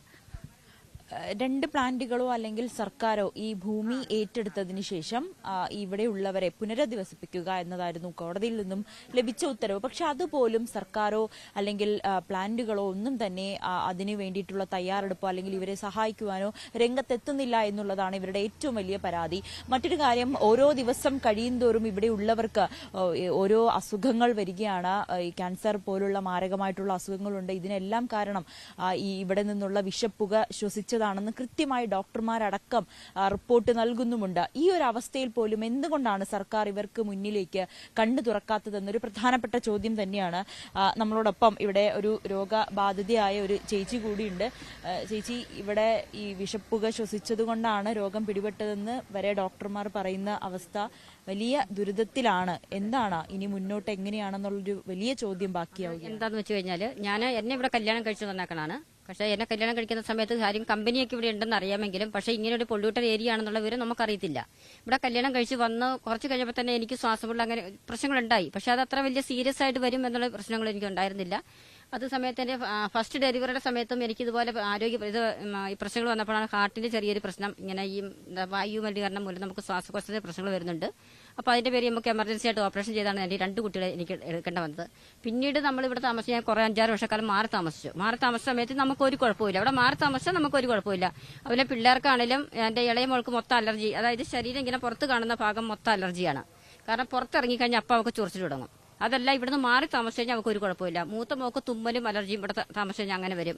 അപ്പോൾ വാഗമണ്ണി പഠിക്കാൻ പോയ സമയത്ത് അവർക്ക് ഒരു കുഴപ്പമുണ്ടായില്ല. ഇവിടെ തിരിച്ചു വന്നപ്പോൾ അവർക്ക് വീണ്ടും പഴയതുപോലെ പ്രശ്നം. അപ്പോൾ ഞാൻ നമ്മൾ ഈ കഴിഞ്ഞ ഈ 2022 ജൂൺ 30 ഇവിടെ ഭയങ്കരമായിട്ട് പുകയും ഇതുണ്ടായി. ആ ഉണ്ടായ സമയത്ത് എന്ന് വെച്ചാൽ മൊത്തം ഏരിയ മൊത്തം ഇങ്ങനെ ഇരുട്ട് പോലെ കിടക്കുമായിരുന്നു. ആ സമയത്താണ് ഞാൻ എൻ്റെ മോളെ വാഗമൺ കോളേജിൽ കൊണ്ടാക്കിയിട്ട് തിരിച്ചു വരുമ്പം ഇവിടെ ഒരു വീട് പോലും നമുക്ക് കാണാൻ പറ്റുന്നില്ല. ഞാൻ വണ്ടിയിൽ വന്ന് ഇറങ്ങി കഴിഞ്ഞപ്പോൾ നോക്കിയപ്പോൾ ഞാൻ പെട്ടെന്ന് തന്നെ ഫോൺ ചെയ്ത് ഇവിടെ നമ്മുടെ പഞ്ചായത്ത് നമ്മുടെ ജനകീയ സമിതി സെക്രട്ടറി വീടാണിത്. ഞാൻ ജനകീയ സമിതി സെക്രട്ടറിനെ വിളിച്ചു, പങ്കജാഷ ഇത് എന്താ ഇവിടെ വീടിന് നമ്മുടെ പരിസരമൊന്നും കാണാൻ പറ്റുന്നില്ലല്ലോ, നിങ്ങളിതാരും കണ്ടില്ലെന്ന് ചോദിച്ചു. അന്നേരം പുറത്തിറങ്ങിയപ്പോഴാണ് ഇവരൊക്കെ അറിയുന്നത് ഈ സംഗതി. കാരണം 5 മണി 5:30 ആകുമ്പോഴേക്കും എല്ലാവരും തന്നെ ഓൾറെഡി ഈ പൊല്യൂഷൻ കാരണം പെരക്കകത്ത് കയറും. ഞങ്ങളെ സംബന്ധിച്ച് ഞങ്ങൾ ആ സമയത്ത് വന്നതിന്റെ പേരിൽ ഞങ്ങൾക്ക് ഇത് കാണാൻ പറ്റി. പിന്നീട് ഞങ്ങൾ 10-12 മണി 12:30 വരെ നമ്മുടെ കമ്പനി കയറ്റി ഞങ്ങൾ സമരം ചെയ്തു, എല്ലാം ഇത് ചെയ്തു. പഞ്ചായത്ത് മെമ്പർ ഉണ്ടായിരുന്ന എല്ലാവരും കമ്പനിയുടെ ആൾക്കാരൊക്കെ കുറച്ച് പേരൊക്കെ വന്നു ഞങ്ങൾ കാണിച്ചു കൊടുത്തു. അപ്പോഴും അവർ പറഞ്ഞത് എന്താന്ന് വെച്ചാൽ ഇത് ഞങ്ങളുടെ അല്ല. ഈ 2 കമ്പനിക്കാരും പറയുന്ന ഒരു വാക്ക് ഇത് ഞങ്ങളുടെ അല്ല. പിന്നെ ഇത് ഇവിടുന്ന് ആകാശത്ത് നിന്ന് പൊട്ടി വീടിന് എന്തായാലും പുക വരില്ലല്ലോ. അങ്ങനെയുള്ള തർക്കങ്ങളാണ്. അതിനുശേഷമാണ് ഈ കഴിഞ്ഞ ജൂൺ 27 വീണ്ടും ഇതുപോലെ വാതക ചോർച്ചയുണ്ടായി. ഇവിടെ ഈ സെക്രട്ടറി അടക്കം 2-3 പേർക്ക് പെട്ടെന്ന് ആരോഗ്യ പ്രശ്നങ്ങളുണ്ടായി. അവർ ഹോസ്പിറ്റലിൽ അഡ്മിറ്റ് ആവണം. ആ ഹോസ്പിറ്റലിൽ അഡ്മിറ്റ് ആകുമ്പോൾ ഇവർ പറയുന്നു ഇവരുടെ അല്ല പുക, ഇവരുടെ അല്ല പ്രശ്നം, ഇവരുടെ കെമിക്കൽ അല്ല ഇവർ പറയുന്നു. ഇത്രയും മാരകമായ കമ്പനി കഴിഞ്ഞ നമ്മുടെ ഈ വിഷുവിന്റെ തലേദിവസം ഞാൻ ഫോണിക്കൂടെ ഈ സിന്ധുവായിട്ട് ഫോണിക്കൂടെ സംസാരം നടക്കുമ്പോഴാണ് എനിക്ക് പെട്ടെന്ന് തലവേദന വരുന്നത്. കാരണം ഈ ഭയങ്കര ഗന്ധം കമ്പനിയിൽ നിന്ന് വന്നു. ഭയങ്കര എന്താ വെച്ചാൽ ഒരു വിഷഗന്ധം പോലത്തെ. ആ വിഷഗന്ധം വന്ന സമയത്ത് ഞാൻ സിന്ധുവിന്റെ പറഞ്ഞു, സിന്ധു എന്തോ ഭയങ്കര സ്മെല്ല് വന്നെ, എനിക്കത് ഉൾക്കൊള്ളാൻ പറ്റണില്ല, അതുകൊണ്ട് ഞാൻ പെരക്കകത്ത് കയറുവാണെന്ന് പറഞ്ഞു. പെട്ടെന്ന് ഞാൻ കഥ കടിച്ച് പെരക്കകത്ത് കയറി കിടന്ന് ഒരു 12 മണി 12:30 ആയപ്പോഴേക്കും എനിക്ക് പെട്ടെന്ന് തലവേദന വന്നു. തലവേദന വന്നിട്ട് എനിക്ക് നിൽക്കാൻ പറ്റുന്നില്ല. നിൽക്കാൻ പറ്റാതെ വന്നു കഴിഞ്ഞപ്പോൾ ഞാൻ പെട്ടെന്ന് എണീറ്റ് എന്ന് വെച്ച് കഴിഞ്ഞാൽ എൻ്റെ ഈ തല ഞാൻ ശരിക്കും ഭിത്തിയിൽ അമർത്തി. കാരണം അതുപോലൊരു വേദന ഇങ്ങനെ വന്നേ. അപ്പൊ ഞാൻ കരുതി സത്യം പറഞ്ഞാൽ ഞാൻ മരിച്ചു പോകുമെന്നുള്ള ചിന്ത എനിക്ക് വന്നു. ഞാൻ കൊച്ചിനോട് പറഞ്ഞു, മോനെ അമ്മ ഇപ്പൊ തന്നെ മരിച്ചു പോകുന്നു തോന്നുന്നു. കാരണം തലയ്ക്കകത്ത് ഇങ്ങനെ വേദന വന്നു. കാരണം പ്രഷർ കയറിപ്പോയി പെട്ടെന്ന്. വേദന വന്നു, പിടിച്ചു നിന്നു. രാവിലെ എണീക്കാൻ നോക്കിയിട്ട് എനിക്ക് എണീക്കാൻ പറ്റില്ല. പെട്ടെന്ന് ഞങ്ങൾ രാവിലെ വർമ്മ ഹോസ്പിറ്റലിൽ പോയി എല്ലാം ECG ഒക്കെ എടുത്ത് കഴിഞ്ഞപ്പോൾ ഹാർട്ടിന് വേരിയേഷൻ കയറി വന്നു. അപ്പോൾ ഡോക്ടർ എന്നോട് ടെസ്റ്റ് ചെയ്തപ്പോൾ എന്നോട് ചോദിച്ചു, അപ്പോൾ ഞാൻ പറഞ്ഞു ഇങ്ങനെ തൊണ്ടയ്ക്കാണ് എനിക്ക് പെട്ടെന്ന് ഇറിറ്റേഷൻ വന്നതെന്ന് പറഞ്ഞു. തൊണ്ടയ്ക്ക് പെട്ടെന്ന് ഇറിറ്റേഷൻ വന്നു ഡോക്ടർ. അപ്പോൾ പെട്ടെന്ന് തന്നെ അവർ ടെസ്റ്റ് ഒക്കെ ചെയ്ത് പറഞ്ഞ് പൾമോളജിസ്റ്റിനെ കാണുമെന്ന് പറഞ്ഞു. അപ്പോൾ ഇവിടെ മെഡിക്കൽ ക്യാമ്പ് നടത്തിയ സമയത്തും ഡോക്ടർ പറഞ്ഞിട്ടുണ്ടായിരുന്നു പൾമോളജിസ്റ്റിനെ കാണാൻ നല്ല വിദഗ്ധമായ ട്രീറ്റ്മെന്റ് വേണം. കാരണം ശ്വാസകോശം ചുരുങ്ങുന്നുണ്ട് ഇവിടെ പലർക്കും. ഇവിടെ 85 പേരെ ടെസ്റ്റ് ചെയ്തതിൽ 45 പേർക്കും ശ്വാസകോശം ചുരുങ്ങുകയാണ്. അത് മുഴുവനും വന്നിരിക്കുന്നത് നമ്മുടെ ഈ പൊല്യൂഷൻ മൂലമാണ്. ഈ പൊല്യൂഷൻ മൂലം വന്നേക്കുന്ന പ്രശ്നമാണ് നമ്മുടെ ഈ ശ്വാസകോശം ചുരുങ്ങും. നമുക്ക് ഈ മാരകമായ പല രോഗങ്ങളും തന്നെ കൃത്യമായ ഡോക്ടറിന്റെ റിപ്പോർട്ട് വരെ ഉണ്ട്. നമുക്ക് ഈ ഡോക്ടർ എന്നോട് പറഞ്ഞ എന്താണെന്ന് വെച്ചാൽ, ചേച്ചി ഇവിടെ താമസിക്കരുത്. ഇവിടെ താമസിച്ച് കഴിഞ്ഞാൽ ചേച്ചിക്ക് എനിക്ക് ഓൾറെഡി ഹാർട്ടിന് വാൽവിന് പ്രോബ്ലം ഉണ്ട്. അപ്പൊ ആ വാൽവിന്റെ പ്രോബ്ലം ഇതും കൂടി വന്നു കഴിഞ്ഞപ്പോൾ ചേച്ചിക്ക് പിന്നെ പെട്ടെന്ന് ഇത് പ്രശ്നം വന്നു കഴിഞ്ഞാൽ ഇതിന് അപ്പം ഡോക്ടർ നോക്കി കഴിഞ്ഞപ്പോൾ ഒരു ബ്ലോക്കിന്റെ എന്തോ ഒരു സംശയം വന്നിട്ട് TMT ചെയ്യാൻ പറഞ്ഞു. TMT ചെയ്തപ്പോൾ എനിക്ക് 12 മിനിറ്റ് TMT ചെയ്യണം. 12 മിനിറ്റ് TMT ചെയ്യാൻ പോയിട്ട് 3 മിനിറ്റ് 57 സെക്കൻഡ് വന്നപ്പോഴേക്കും ഞാൻ കുഴഞ്ഞു വീണു. കുഴഞ്ഞും വീണെന്ന് വെച്ച് കഴിഞ്ഞാൽ ശ്വാസം കിട്ടിയില്ല എനിക്ക്. സകല പോലും ശ്വാസം കിട്ടാതെ വന്നു കഴിഞ്ഞപ്പോഴേക്കും പിന്നെ എനിക്ക് ഒന്നും ചെയ്യാൻ പറ്റാതെ ഡോക്ടർ പെട്ടെന്ന് പറഞ്ഞു അവരെ വിശ്രമിക്കാൻ വെക്കാൻ പറഞ്ഞു. ഞാൻ എന്നെ വിശ്രമിച്ചു. എന്നിട്ട് ഡോക്ടർ അപ്പോൾ തന്നെ പറഞ്ഞു ഒരു കാര്യം ചെയ്യുക ചേച്ചി, നിങ്ങൾ ഇവിടുന്ന് മാറി താമസിക്കാൻ പറഞ്ഞു. കാരണം ചേച്ചി ഇവിടെ നിന്ന് കഴിഞ്ഞാൽ ചേച്ചി ഹാർട്ടിന്റെ പ്രശ്നം ഓൾറെഡി 2 പ്രോബ്ലം കിടക്കുകയാണ്. അപ്പോൾ ശ്വാസകോശത്തിന്റെ പ്രശ്നം കൂടി വരുമ്പോൾ നമ്മുടെ ശ്വാസകോശത്തിന് ഈ മലിനീകരണം വന്ന് അടഞ്ഞു കഴിയുമ്പോൾ നിങ്ങൾക്ക് ഹാർട്ടിലേക്കുള്ള പമ്പിങ് കുറയും. പമ്പിങ് കുറഞ്ഞു കഴിഞ്ഞാൽ അപകടമാണത്. അതാണ് നമുക്ക് TMD ചെയ്ത സമയത്തും എനിക്ക് സംഭവിച്ചത്. കാരണം ഇവിടെ നിന്ന് മാറി താമസിച്ച് കുറച്ച് നാള് മാസം ഞാൻ മാറി താമസിച്ചപ്പോൾ എനിക്ക് ഒരു കുഴപ്പമുണ്ടായില്ല. ഇപ്പൊ തിരിച്ചു വന്നു കഴിഞ്ഞപ്പോഴേക്കും ഞാനിപ്പോ ഈ നമ്മുടെ ഓണത്തിന്റെ ഈ സമയത്ത് ഇപ്പൊ തിരിച്ചു തന്നെ ഈ ഓണത്തിന്റെ സമയത്ത് ഞാൻ വന്ന സമയത്ത് എനിക്ക് പിറ്റേ ദിവസം ഒരു വീണ്ടും പ്രോബ്ലം തുടങ്ങി. പിന്നെ നമ്മൾ എത്ര നാൾ ഇപ്പൊ എന്റെ വീട്ടിലാണെങ്കിലും ഇപ്പൊ മറ്റുള്ളവരുടെ വീട്ടിലാണെങ്കിലും നമുക്ക് എത്ര നാൾ അവരുടെ ആശ്രയിച്ച് നമുക്ക് ജീവിക്കാൻ പറ്റും. 2 കുഞ്ഞുങ്ങളുണ്ട്. ആ കുഞ്ഞിന് കോളേജിൽ പോകണമെങ്കിൽ ഇവിടെ നിന്നാലേ പറ്റത്തുള്ളൂ. അപ്പൊ അതുകൊണ്ട് ഞാൻ വിചാരിച്ചു ഇനി എന്തായാലും ശരി മോനെ, നമുക്ക് അമ്മ മരിച്ചാലും ശരി വേണ്ടില്ല, നമുക്ക് ഇവിടെ തന്നെ താമസിച്ചാൽ മതി, മരിക്കുവാണെങ്കിൽ മരിച്ചോട്ടെ. ചേട്ടാ, കോടതിയിൽ ഈ ഹർജി ഇപ്പോൾ പരിഗണിച്ചപ്പോൾ എന്ത് നിലപാടായിരുന്നു സർക്കാരിന്റെ ഭാഗത്ത്? ഇവിടെ പൊല്യൂഷൻ കൺട്രോൾ ബോർഡ് വന്നു കഴിഞ്ഞപ്പോൾ അന്ന് കോടതിയുടെ നിർദ്ദേശം ഞങ്ങളോട് 2 സ്ഥലങ്ങൾ കാണിച്ചു കൊടുക്കാനാ, പബ്ലിക് പ്ലേസ് കാണിച്ചു കൊടുക്കാനാ. ഈ 2 പ്ലേസ് ഞങ്ങൾ കാണിച്ചു കൊടുത്തു, ഇതും അവിടെയും കാണിച്ചു കൊടുത്തു. ഈ പ്ലേസിലാണ് ഞങ്ങൾക്ക് ഞങ്ങളിവിടെ ചീഫ് എഞ്ചിനീയർ വന്നപ്പോൾ ചോദിച്ചപ്പോഴും ഈ ദുർഗന്ധം മറ്റുള്ളത് പിടിക്കാനുള്ള സൗകര്യം അവരുടെ കയ്യിലില്ല. അവരുടെ കയ്യിലുള്ള ഡസ്റ്റും ഈ സൗണ്ട് പൊല്യൂഷനാണ്. ഈ സൗണ്ട് പൊല്യൂഷൻ ഏറ്റവും കൂടുതലുള്ളത് ഈ പ്രദേശത്താണ്. എന്താ വെച്ച് കഴിഞ്ഞാൽ ഞങ്ങളുടെ കേസിന് ശേഷം വന്ന കമ്പനിയാണ് പ്രോഡെയർ എന്ന് പറഞ്ഞത്. ഇതുവരെ ഇവർ മറച്ചു വെച്ചേക്കുക. എന്താ വെച്ചാൽ പ്രോഡെയർ ഒരു അമേരിക്കൻ കമ്പനിയാണ്. എന്താ വെച്ചാൽ BOT അടിസ്ഥാനത്തിൽ രൂപീകരിച്ചാണ്. ഇത് ഇങ്ങനെ ഒരു പ്രദേശം ഇവിടെ ഉണ്ടെന്ന് മറച്ചു വെച്ചുകൊണ്ടാണ് BPCL ആ കമ്പനിക്ക് അനുമതി കൊടുത്തത്. അയ്യങ്കുഴി പ്രദേശത്തിന്റെ ഏറ്റവും അടുത്ത് കിടക്കുന്ന പ്ലാന്റാണ് ഇതിൽ നിന്നാണ് ഏറ്റവും കൂടുതൽ സൗണ്ട് പൊല്യൂഷൻ ഉണ്ടാവുന്നത്. ഈ സൗണ്ട് പൊല്യൂഷൻ ഇവിടെ കിട്ടാതിരിക്കാനാണ് ഇവർ ഇവിടെ വയ്ക്കാതെ ഈ ഒളിച്ചു കളിക്കുന്നത്. ഈ കളക്ടർ വന്നപ്പോൾ ഇവിടെ മെഡിക്കൽ പരിശോധനയ്ക്കും ഇതിന് നിർബന്ധം പിടിച്ചു. അങ്ങനെയാണ് ഇപ്പോൾ ഈ പൊല്യൂഷന്റെ ഒക്കെ വന്നത്. അപ്പോൾ കോടതിയിൽ ഒരു കള്ളസത്യവാങ്മൂലം ചീഫ് സെക്രട്ടറി കൊടുത്തതിന്റെ ഭാഗമായിട്ട് ഇവിടെ റെസിഡൻഷ്യൽ ഏരിയ ആണെന്ന് പറഞ്ഞതിന്റെ ഭാഗമായിട്ട് അദ്ദേഹം പറഞ്ഞു എനിക്കൊരു എവിഡൻസ് വേണ്ട നിങ്ങളെ രക്ഷിക്കാനെന്ന് പറഞ്ഞുകൊണ്ടാണ് ഈ വീട്ടിൽ വന്നിരുന്ന പറഞ്ഞത്. അങ്ങനെ പറഞ്ഞതിന്റെ അടിസ്ഥാനത്തിൽ ഞങ്ങൾ അതിന് സമ്മതിച്ചു. മെഡിക്കൽ പരിശോധനയിൽ 80 പേരെ പരിശോധിച്ചാൽ 40 പേര് രോഗികളും അതിൽ തന്നെ പകുതിയോളം പേര് COPD, അതായത് അന്തരീക്ഷ മലിനീകരണം മൂലമുള്ള രോഗികളാണെന്ന് തെളിഞ്ഞു. അതിനെ അവർ തിരുത്തിയാണ് കോടതിയിൽ റിപ്പോർട്ട് കൊടുത്തത്. രണ്ടാമത് ആ സാധനം പിന്നീടാണ് ഈ പൊല്യൂഷൻ ടെസ്റ്റ് നടത്തിയത്. ഈ പൊല്യൂഷൻ ടെസ്റ്റ് നടത്തിയപ്പോഴും ഇത് 2 റെഡ് കാറ്റഗറി കമ്പനിയുടെ ഇടയ്ക്കാണ്. ഈ കഴിഞ്ഞ ജൂൺ 27-ാം തീയതി അതിന് 22-ാം തീയതി ആയിട്ട് ഇവിടെ ഈ മഴ പെയ്തപ്പോൾ ഭയങ്കര വാതക ചോർച്ച ഉണ്ടായി. അത് ആ PDPP പ്ലാന്റിൽ നിന്ന് വന്നതാ. അപ്പോൾ ഇവിടെ ഒരു ചേട്ടൻ അന്ന് പെട്ടെന്ന് മരിച്ചു പോയത്. അതിന്റെ പിറ്റേ ദിവസമാണ് ഞങ്ങളുടെ സെക്രട്ടറിക്ക് ഭയങ്കര രൂക്ഷമായ ഇതുണ്ടായി. ഞങ്ങൾ ഹോസ്പിറ്റലിലൊക്കെ കൊണ്ടുപോയത്. ഓവർഹെഡ് ടാങ്ക് പണിയാൻ പറ്റാത്ത പഞ്ചായത്തുകളാണ് ഇവിടെ ഇരിക്കുന്നത്. അപ്പോൾ ഈ ഓവർഹെഡ് ടാങ്കില്ല. ഇത് ഞങ്ങൾ ഈ കമ്പനിയായിട്ട് ഒരു ദിവസം ഞങ്ങളുടെയൊക്കെ കിണറ്റിൽ വീണിട്ട് കമ്പനിയായിട്ട് HOC ആയിട്ട് ഗുസ്തി പിടിച്ചിട്ട് ഞങ്ങൾക്ക് 1 മണിക്കൂർ വെള്ളം തരുന്നത്. ഈ 1 മണിക്കൂർ വെള്ളം കൊണ്ട് ഞങ്ങളുടെ വീട്ടിലെ കാര്യങ്ങൾ നടക്കുക. അപ്പോൾ അതുപോലെയാണ് ഇവിടെ കാണിച്ചു വെച്ചത് മുഴുവൻ. ഇതെല്ലാം പബ്ലിക്കിന്റെ മുമ്പിലേക്ക് ചെന്നാൽ മാത്രമാണ് ഇതിനൊരു ഇതുണ്ടാവുള്ളൂ. ഇവർ മറച്ചു വയ്ക്കുന്ന കുറേ സത്യങ്ങളുണ്ട്. കള്ളത്തരം മാത്രമാണ് ഇവരുടെ കയ്യിലുള്ളൂ.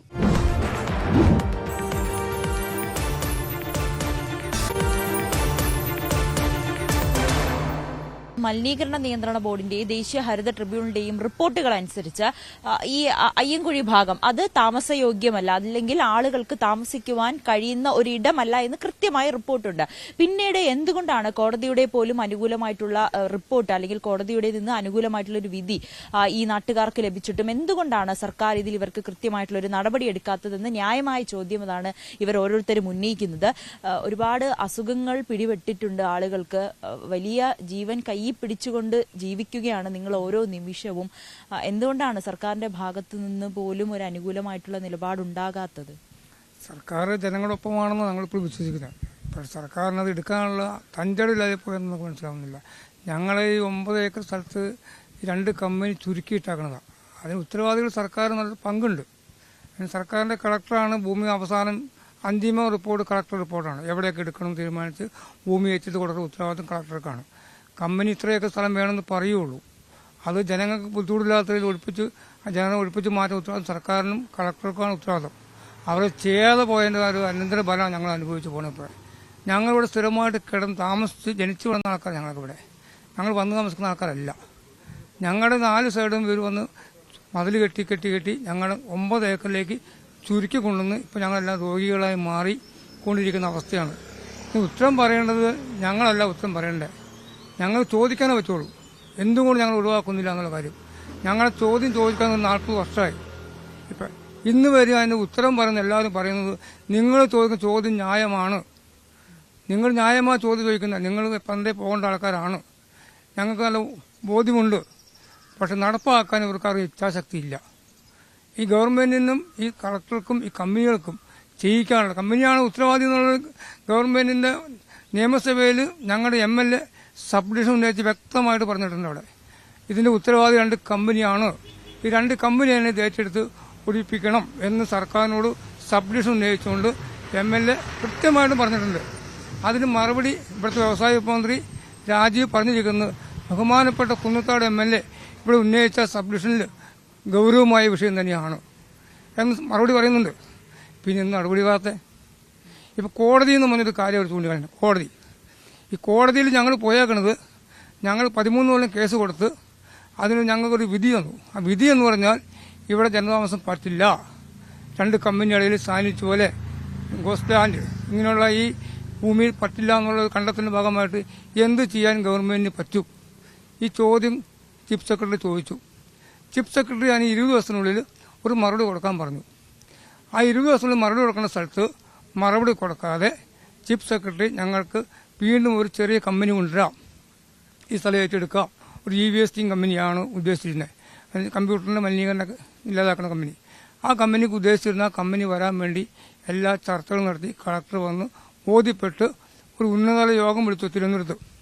ഈ ഉന്നതതല യോഗ തീരുമാനം സൂട്ടബിൾ ഏരിയ എന്ന് കണ്ടെത്തി. ആ സൂട്ടബിൾ ഏരിയ കണ്ടെത്തിയ പിന്നെ അതിന് നടപടിയുമായിട്ട് ഇപ്പോഴത്തെ ചീഫ് സെക്രട്ടറി അയക്കുന്ന ശാരദാ മുരളീധരന്റെ മേശപ്പുറത്ത് പോയി കൊടുക്കണം.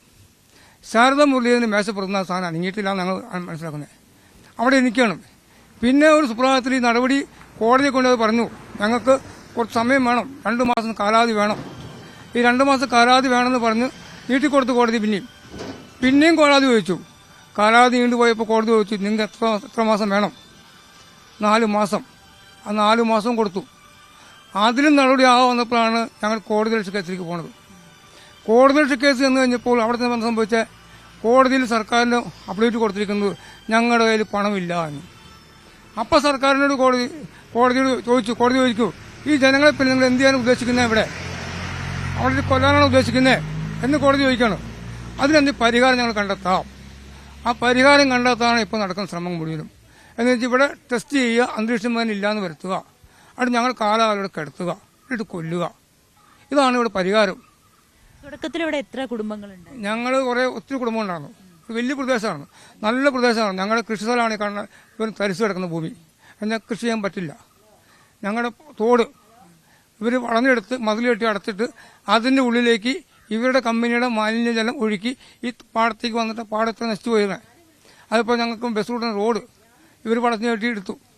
ഇങ്ങനെ തോടും റോഡും എല്ലാം വളർത്തി കെട്ടിയെടുത്ത് അംഗനവാടിയും വളർത്തി കെട്ടിയെടുത്ത് ഞങ്ങളെ ഒരു ഇഞ്ചിഞ്ചായി കൊല്ലുന്നൊരവസ്ഥ. ഇതെന്ത് കുറ്റമാണ് ഞങ്ങൾ ചെയ്തത് ഞങ്ങൾക്ക് ഒരു ആൻസർ കിട്ടിയേ പറ്റുള്ളൂ. ഞങ്ങളിപ്പോൾ ഒരു പ്രതിഷേധ സമരത്തിന് തുടങ്ങിയേക്കുക. ഇപ്പോൾ ജനങ്ങൾ പ്രതിഷേധമല്ലാതെ വഴിയില്ല. മാരകമായിട്ടുള്ള രോഗങ്ങളടക്കം എല്ലാവർക്കും ഓരോ ദിവസം കഴിയുന്നതോറും പിടിവരുന്നു. അതെ രോഗം. ഇപ്പോൾ ഈ നമ്മൾ നിൽക്കുന്ന ഈ വീട്ടിലെ കുടുംബനാഥൻ ഇപ്പോൾ രോഗിയായിട്ട് മാറി തീർന്നിരിക്കുക. ആ കുടുംബനാഥൻ ഇനി പണിക്ക് പോയി ജീവിക്കാൻ പറ്റില്ല. ആ കുടുംബനാഥൻ ഇപ്പോൾ കോടതിയിൽ കേസ് കൊണ്ട് അറ്റൻഡ് ചെയ്ത് പോയേക്കും അവിടെ. അല്ലാതെ ഇത്രയും വയ്യാതെ പോയേക്കാണ് കാര്യം പറയും. കോടതിയിൽ ആരെയും വേണ്ടേ? എല്ലാം സാധാരണക്കാർ അവിടെ കിടന്ന ആൾക്കാരെല്ലാവരും പാവപ്പെട്ട ആളുകളാണ്. എന്ത് ചെയ്യാൻ പറ്റും? അപ്പോൾ ഞങ്ങൾക്ക് നീതിക്ക് വേണ്ടി ഞങ്ങൾ പോരാട്ടം ഈ റിഫറൻഡ് കയറ്റി HOC കയറ്റി ഞങ്ങൾ നടത്തിക്കൊണ്ടിരിക്കുകയാണ്. ഇതിൽ നീതി തരാൻ ഇവിടുത്തെ രാഷ്ട്രീയ പാർട്ടി ഇച്ഛാശക്തിയുള്ള രാഷ്ട്രീയ പാർട്ടി ഉണ്ടെങ്കിൽ ഞങ്ങൾക്കൊരു നീതി മേടിച്ചു തരാമെന്നാണ് ആവശ്യപ്പെടുന്നത്. ഇത് മുഖ്യമന്ത്രിയുടെ തീരുമാനമുണ്ട്. ഇവിടെ കേരളത്തിലെ മുഖ്യമന്ത്രി നിസ്സാരക്കാരല്ല. മുഖ്യമന്ത്രിയുടെ MLA എഴുതി കൊടുത്ത നിവേദനത്തിന് പുറത്ത് ഒരു നടപടി എടുക്കണമെന്ന് പറഞ്ഞ് മുഖ്യമന്ത്രി ഉടൻ തന്നെ അത് ജില്ലാ കളക്ടർക്ക് അയച്ചിട്ട് ആ കോപ്പി ജില്ലാ കളക്ടർ താലൂക്ക് വഴി വില്ലേജിൽ വന്നിട്ട് വില്ലേജ് റിപ്പോർട്ട് നേരെ കളക്ടറേറ്റിൽ എത്തിയിട്ടുണ്ട്. കളക്ടറേറ്റിൽ നിന്ന് റിപ്പോർട്ട് എങ്ങോട്ട് പോയി ഞങ്ങൾക്ക് അറിയാൻ പാടില്ല. ഇത് സാധാരണക്കാരെ ആളുകളുടെ പറ്റിക്കണേ. കുറച്ച് കാശുള്ള ആളുകളുടെ കിടക്കണമെങ്കിൽ നടക്കില്ല. ഇവർ സ്ഥലം എടുക്കാൻ വേണ്ടി ഇപ്പോൾ ഇവർ വീണ്ടും ഭൂമി ഏറ്റെടുക്കാൻ വേണ്ടിയിട്ട് നടപടി മുമ്പോട്ട് പോകണം ഞങ്ങൾ അറിയാൻ പറ്റുകയാണ്. ഇവരെല്ലാം കഴിഞ്ഞ് ഭൂമിയുടെ എല്ലാ അപ്രൂവലും കിട്ടിക്കഴിയുമ്പോൾ ഞങ്ങൾ അറിയുള്ളൂ. അപ്പോൾ അവർ ഇവിടെ എല്ലാം ഞങ്ങൾക്ക് സൂട്ട് പേര് അപ്പറയെന്ന് പറയും. ആ ഏരിയയ്ക്ക് വേണ്ടി വർക്ക് നടക്കും. അപ്പോൾ ഈ നേതാക്കന്മാരും ഇവിടെയുള്ള ആളുകളെല്ലാവരും അതിന് സപ്പോർട്ട് ചെയ്യും. ഞങ്ങൾക്ക് പിന്നെ നീതി കിട്ടില്ല. ഇതാണ് അതിന് അവിടെയൊക്കെ എന്താ സംഭവിക്കുന്നത്? ഇവിടെ എല്ലാം ഉള്ളത് 50 സെന്റ് അതിൽ താഴെ ആൾക്കാരുള്ളൂ.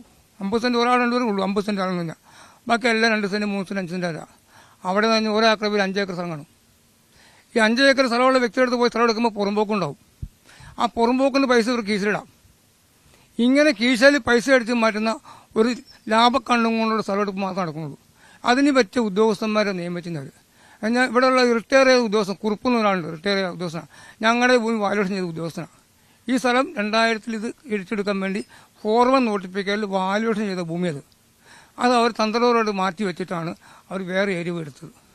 അപ്പോൾ ഈ കുറുപ്പുന്ന ഉദ്യോഗസ്ഥൻ ഇന്ന് അവരുടെ കൂടെ റിട്ടയർ ആയിട്ട് നിൽക്കുക. ഇവിടുത്തെ എല്ലാ സകല തന്ത്രം പുള്ളിക്കറിയാം. എങ്ങനെയൊക്കെ ഭൂമി കിടക്കണമെന്നും എവിടെയൊക്കെ പുറമ്പോക്ക് കിടക്കണമെന്നും ഈ റിട്ടയർ ഉദ്യോഗസ്ഥനറിയാം. അയാളെ വെച്ചിട്ടാണ് ഈ മുതലാളിമാർ ഈ കാശ് മേടിക്കാൻ വേണ്ടി കാശ് കൊടുത്തുകൊണ്ട് ഈ ഉദ്യോഗസ്ഥർ ഈ പണി മൊത്തം ചെയ്യിക്കണേ. ഇതിനകത്ത് എല്ലാവർക്കും പങ്കുണ്ട്. കമ്പനി ഉദ്യോഗസ്ഥന്മാർക്ക് പങ്കുണ്ട്, ഈ നാട്ടിലുള്ള ചില പ്രമാണിമാർക്ക് പങ്കുണ്ട്. എല്ലാവർക്കും കൂട്ടായി കിടന്നത് ഒരു കടുത്ത അനീതി അവിടെ ചെയ്തു വെച്ചങ്ങനെ. സാധാരണയിൽ സാധാരണക്കാരായിട്ടുള്ള ഒരു കൂട്ടം ആളുകൾ ദിവസക്കൂലിക്ക് ജോലി ചെയ്ത് ആ തുകയിൽ നിന്നാണ് ഇവർ ജീവിതം മുന്നോട്ട് പോകുന്നത്. അതിൽ നിന്നുള്ള ഒരു പങ്കാണ് ഈ 13 വർഷമായി നിയമ പോരാട്ടത്തിനു വേണ്ടി മാറ്റിവെക്കുന്നത്. കോടതിയിൽ നിന്ന് പോലും അനുകൂലമായിട്ടുള്ള വിധി ഉണ്ടായിട്ടും എന്തുകൊണ്ടാണ് ഇവർക്ക് വേണ്ടിയിട്ടുള്ള ഒരു പുനരധിവാസം എന്ന ഇവരുടെ ആവശ്യത്തെ സർക്കാർ അവഗണിക്കുന്നത്, അല്ലെങ്കിൽ ഇവർക്ക് മുന്നിൽ കണ്ണടയ്ക്കുന്നതെന്ന് ഇപ്പോഴും അറിയില്ല. ഈ വ്യവസായ മേഖലയെ സംരക്ഷിക്കുന്നതിന് വേണ്ടി കുരുതി കൊടുക്കപ്പെട്ട ഒരു കൂട്ടം കുടുംബങ്ങളാണ്, അല്ലെങ്കിൽ ഒരു കൂട്ടം ആളുകളാണ് ഈ അയ്യൻകുഴിയിലുള്ളത്. സർക്കാരോ അല്ലെങ്കിൽ മറ്റ് അധികൃതരോ ഇതിനു വേണ്ടിയിട്ടുള്ള നടപടി എടുക്കുമെന്ന പ്രതീക്ഷയിലാണ് ഇവർ ഓരോരുത്തരും കാത്തിരിക്കുന്നത്. ഇവിടെ വൈകുന്നേരം ആയിട്ടുണ്ടെങ്കിൽ ഈ പുക കാരണം രാത്രി മുഴുവൻ ശ്വാസം മുട്ട്, തലവേദന, ഇവ കണ്ണൊക്കെ അങ്ങ് വീർത്തു വരും. നമുക്ക് അങ്ങനെ ഭയങ്കര ബുദ്ധിമുട്ടാ.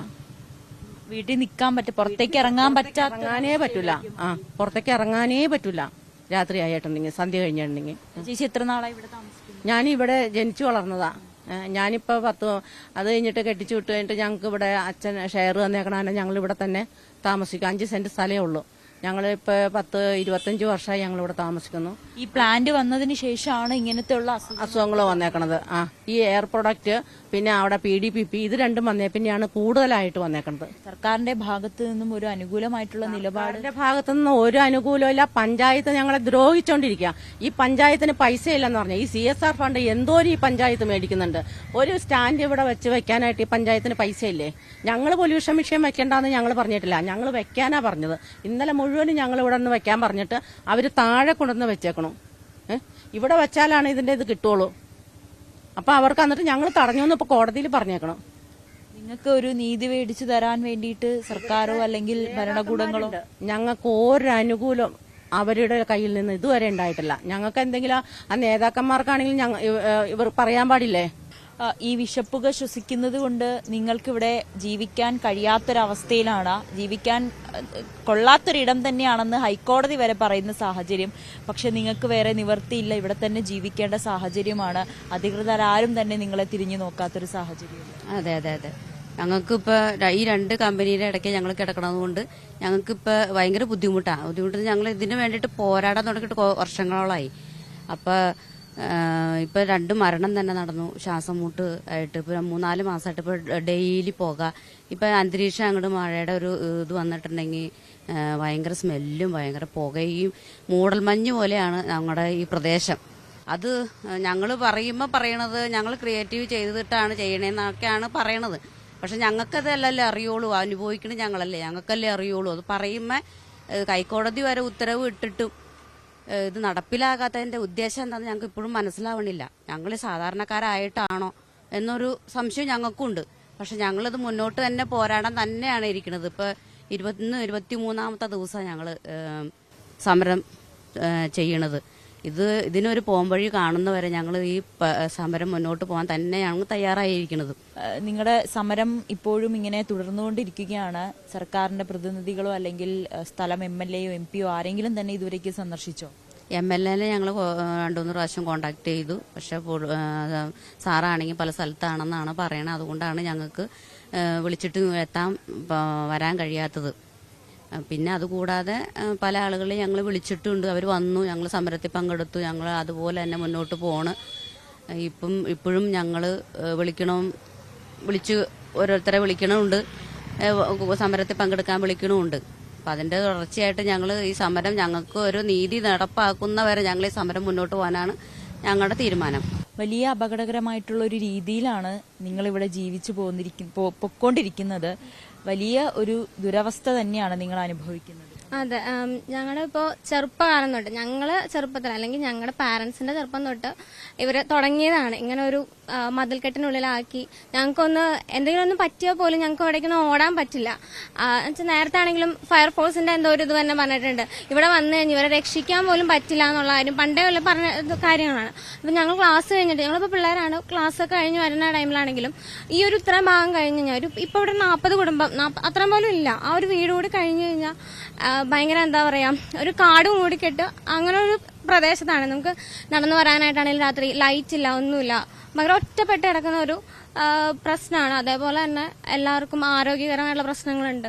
അതാണ് ഏറ്റവും കൂടുതൽ ഉണ്ടാകുന്ന. കുട്ടികൾക്കാണെങ്കിൽ പോലും വളരെ വളരെ വളരെ പ്രശ്നങ്ങളാണ്. രാത്രി ആകുമ്പോഴത്തേക്കും മിക്ക പിള്ളേരെ എടുത്തുകൊണ്ട് ആശുപത്രിയിലേക്ക് പോകുന്ന അവസ്ഥയാണുള്ളത്. വികസനങ്ങളൊന്നും തന്നെ ഇങ്ങോട്ടേക്ക് വരുന്നില്ല എന്നുള്ളതും വലിയൊരു പ്രശ്നം തന്നെയാണ്. ഇപ്പൊ ഞങ്ങൾക്ക് ഇതായിട്ടൊരു ഹോസ്പിറ്റലില്ല, നല്ലൊരു ഇതുള്ള ഒരു ഇത് വന്നിട്ടുള്ള. ഇപ്പൊ CSR ഫണ്ടിന്റെ കാര്യം ഇതൊക്കെ പറയുന്നുണ്ട്. ഞങ്ങൾക്കൊരു സ്കൂളുണ്ടായിരുന്നു, ഒരു ഗവൺമെന്റ് സ്കൂൾ അവിടെ ഉണ്ട്. അതാണെങ്കിൽ ഇതുപോലെ നേരത്തെ നിങ്ങൾ തന്നെ റിപ്പോർട്ട് ചെയ്തിട്ടുണ്ടാവും, ഒരു ലീക്ക് വന്നിട്ട് അവിടെ നിന്ന് മാറ്റി ഞങ്ങൾക്ക് അങ്ങോട്ടേക്ക് എത്തിപ്പെടാനുള്ള മാർഗ്ഗമില്ല. ഇപ്പൊ ഈ വഴിയൊക്കെ ആണെങ്കിൽ അടച്ച്, അത് കാരണം ഞങ്ങളിപ്പോ കുറെ ദൂരെയുള്ള സ്കൂളിലായി പോയി ചേർന്നത്. ബസ് സർവീസും ഇത് ബസ് റൂട്ട് ആയിരുന്നു പണ്ട് ഞങ്ങളുടെയൊക്കെ ചെറുപ്പത്തിന് മുന്നേക്കെ. അതുപോലും അവർ അടച്ചു കെട്ടി മൊത്തം. ഒരു രീതിയിലും വികസനം എത്തില്ല. അങ്ങനെ രീതിയിൽ മൊത്തമായിട്ട് ഞങ്ങൾ അടച്ചു കെട്ടി വെറുതേക്കാണ്. ഞങ്ങൾക്ക് അന്ന് എന്തായാലും മോചനം വേണം. സർക്കാരിന്റെ ഭാഗത്ത് നിന്ന് ഇനിയെങ്കിലും ഒരു അനുകൂലമായിട്ടുള്ള നിലപാടുണ്ടാകുമെന്ന് പ്രതീക്ഷിക്കുന്നു. അങ്ങനെ പ്രതീക്ഷിക്കുന്നുണ്ടോന്ന് വെച്ചാൽ ഇപ്പോ അത് അങ്ങനെ ഒരു ഇത് വരാത്തോണ്ടാണ് ഞങ്ങൾ നിയമപരമായിട്ട് മുന്നോട്ട് പോയത്. ഇനിയും അവർ കണ്ണു തുറന്നില്ലെന്നുണ്ടെങ്കിൽ സമരം ഇനി ശക്തമാക്കാനാണ് ഞങ്ങൾ തീരുമാനിച്ചിരിക്കുന്നത്. മനുഷ്യരുടെ ജീവനും സ്വത്തിനും സംരക്ഷണം നൽകേണ്ട സർക്കാർ എന്തുകൊണ്ടാണ് ഇവരുടെ ജീവിതവും ജീവനും കണ്ടില്ല എന്ന് നടിക്കുന്നത്? ഇങ്ങനെ വിഷപ്പുക ശ്വസിച്ച് മരിക്കുവാനാണോ ഞങ്ങളുടെ വിധി എന്ന ഇവരുടെ ചോദ്യത്തിനു മുന്നിൽ എന്തുകൊണ്ടാണ് സർക്കാർ മൗനം പാലിക്കുന്നത്? ഞാനുണ്ട് ഇവിടെ ചോദിക്കാൻ പൂർണ്ണമാകുന്നു. നമസ്കാരം.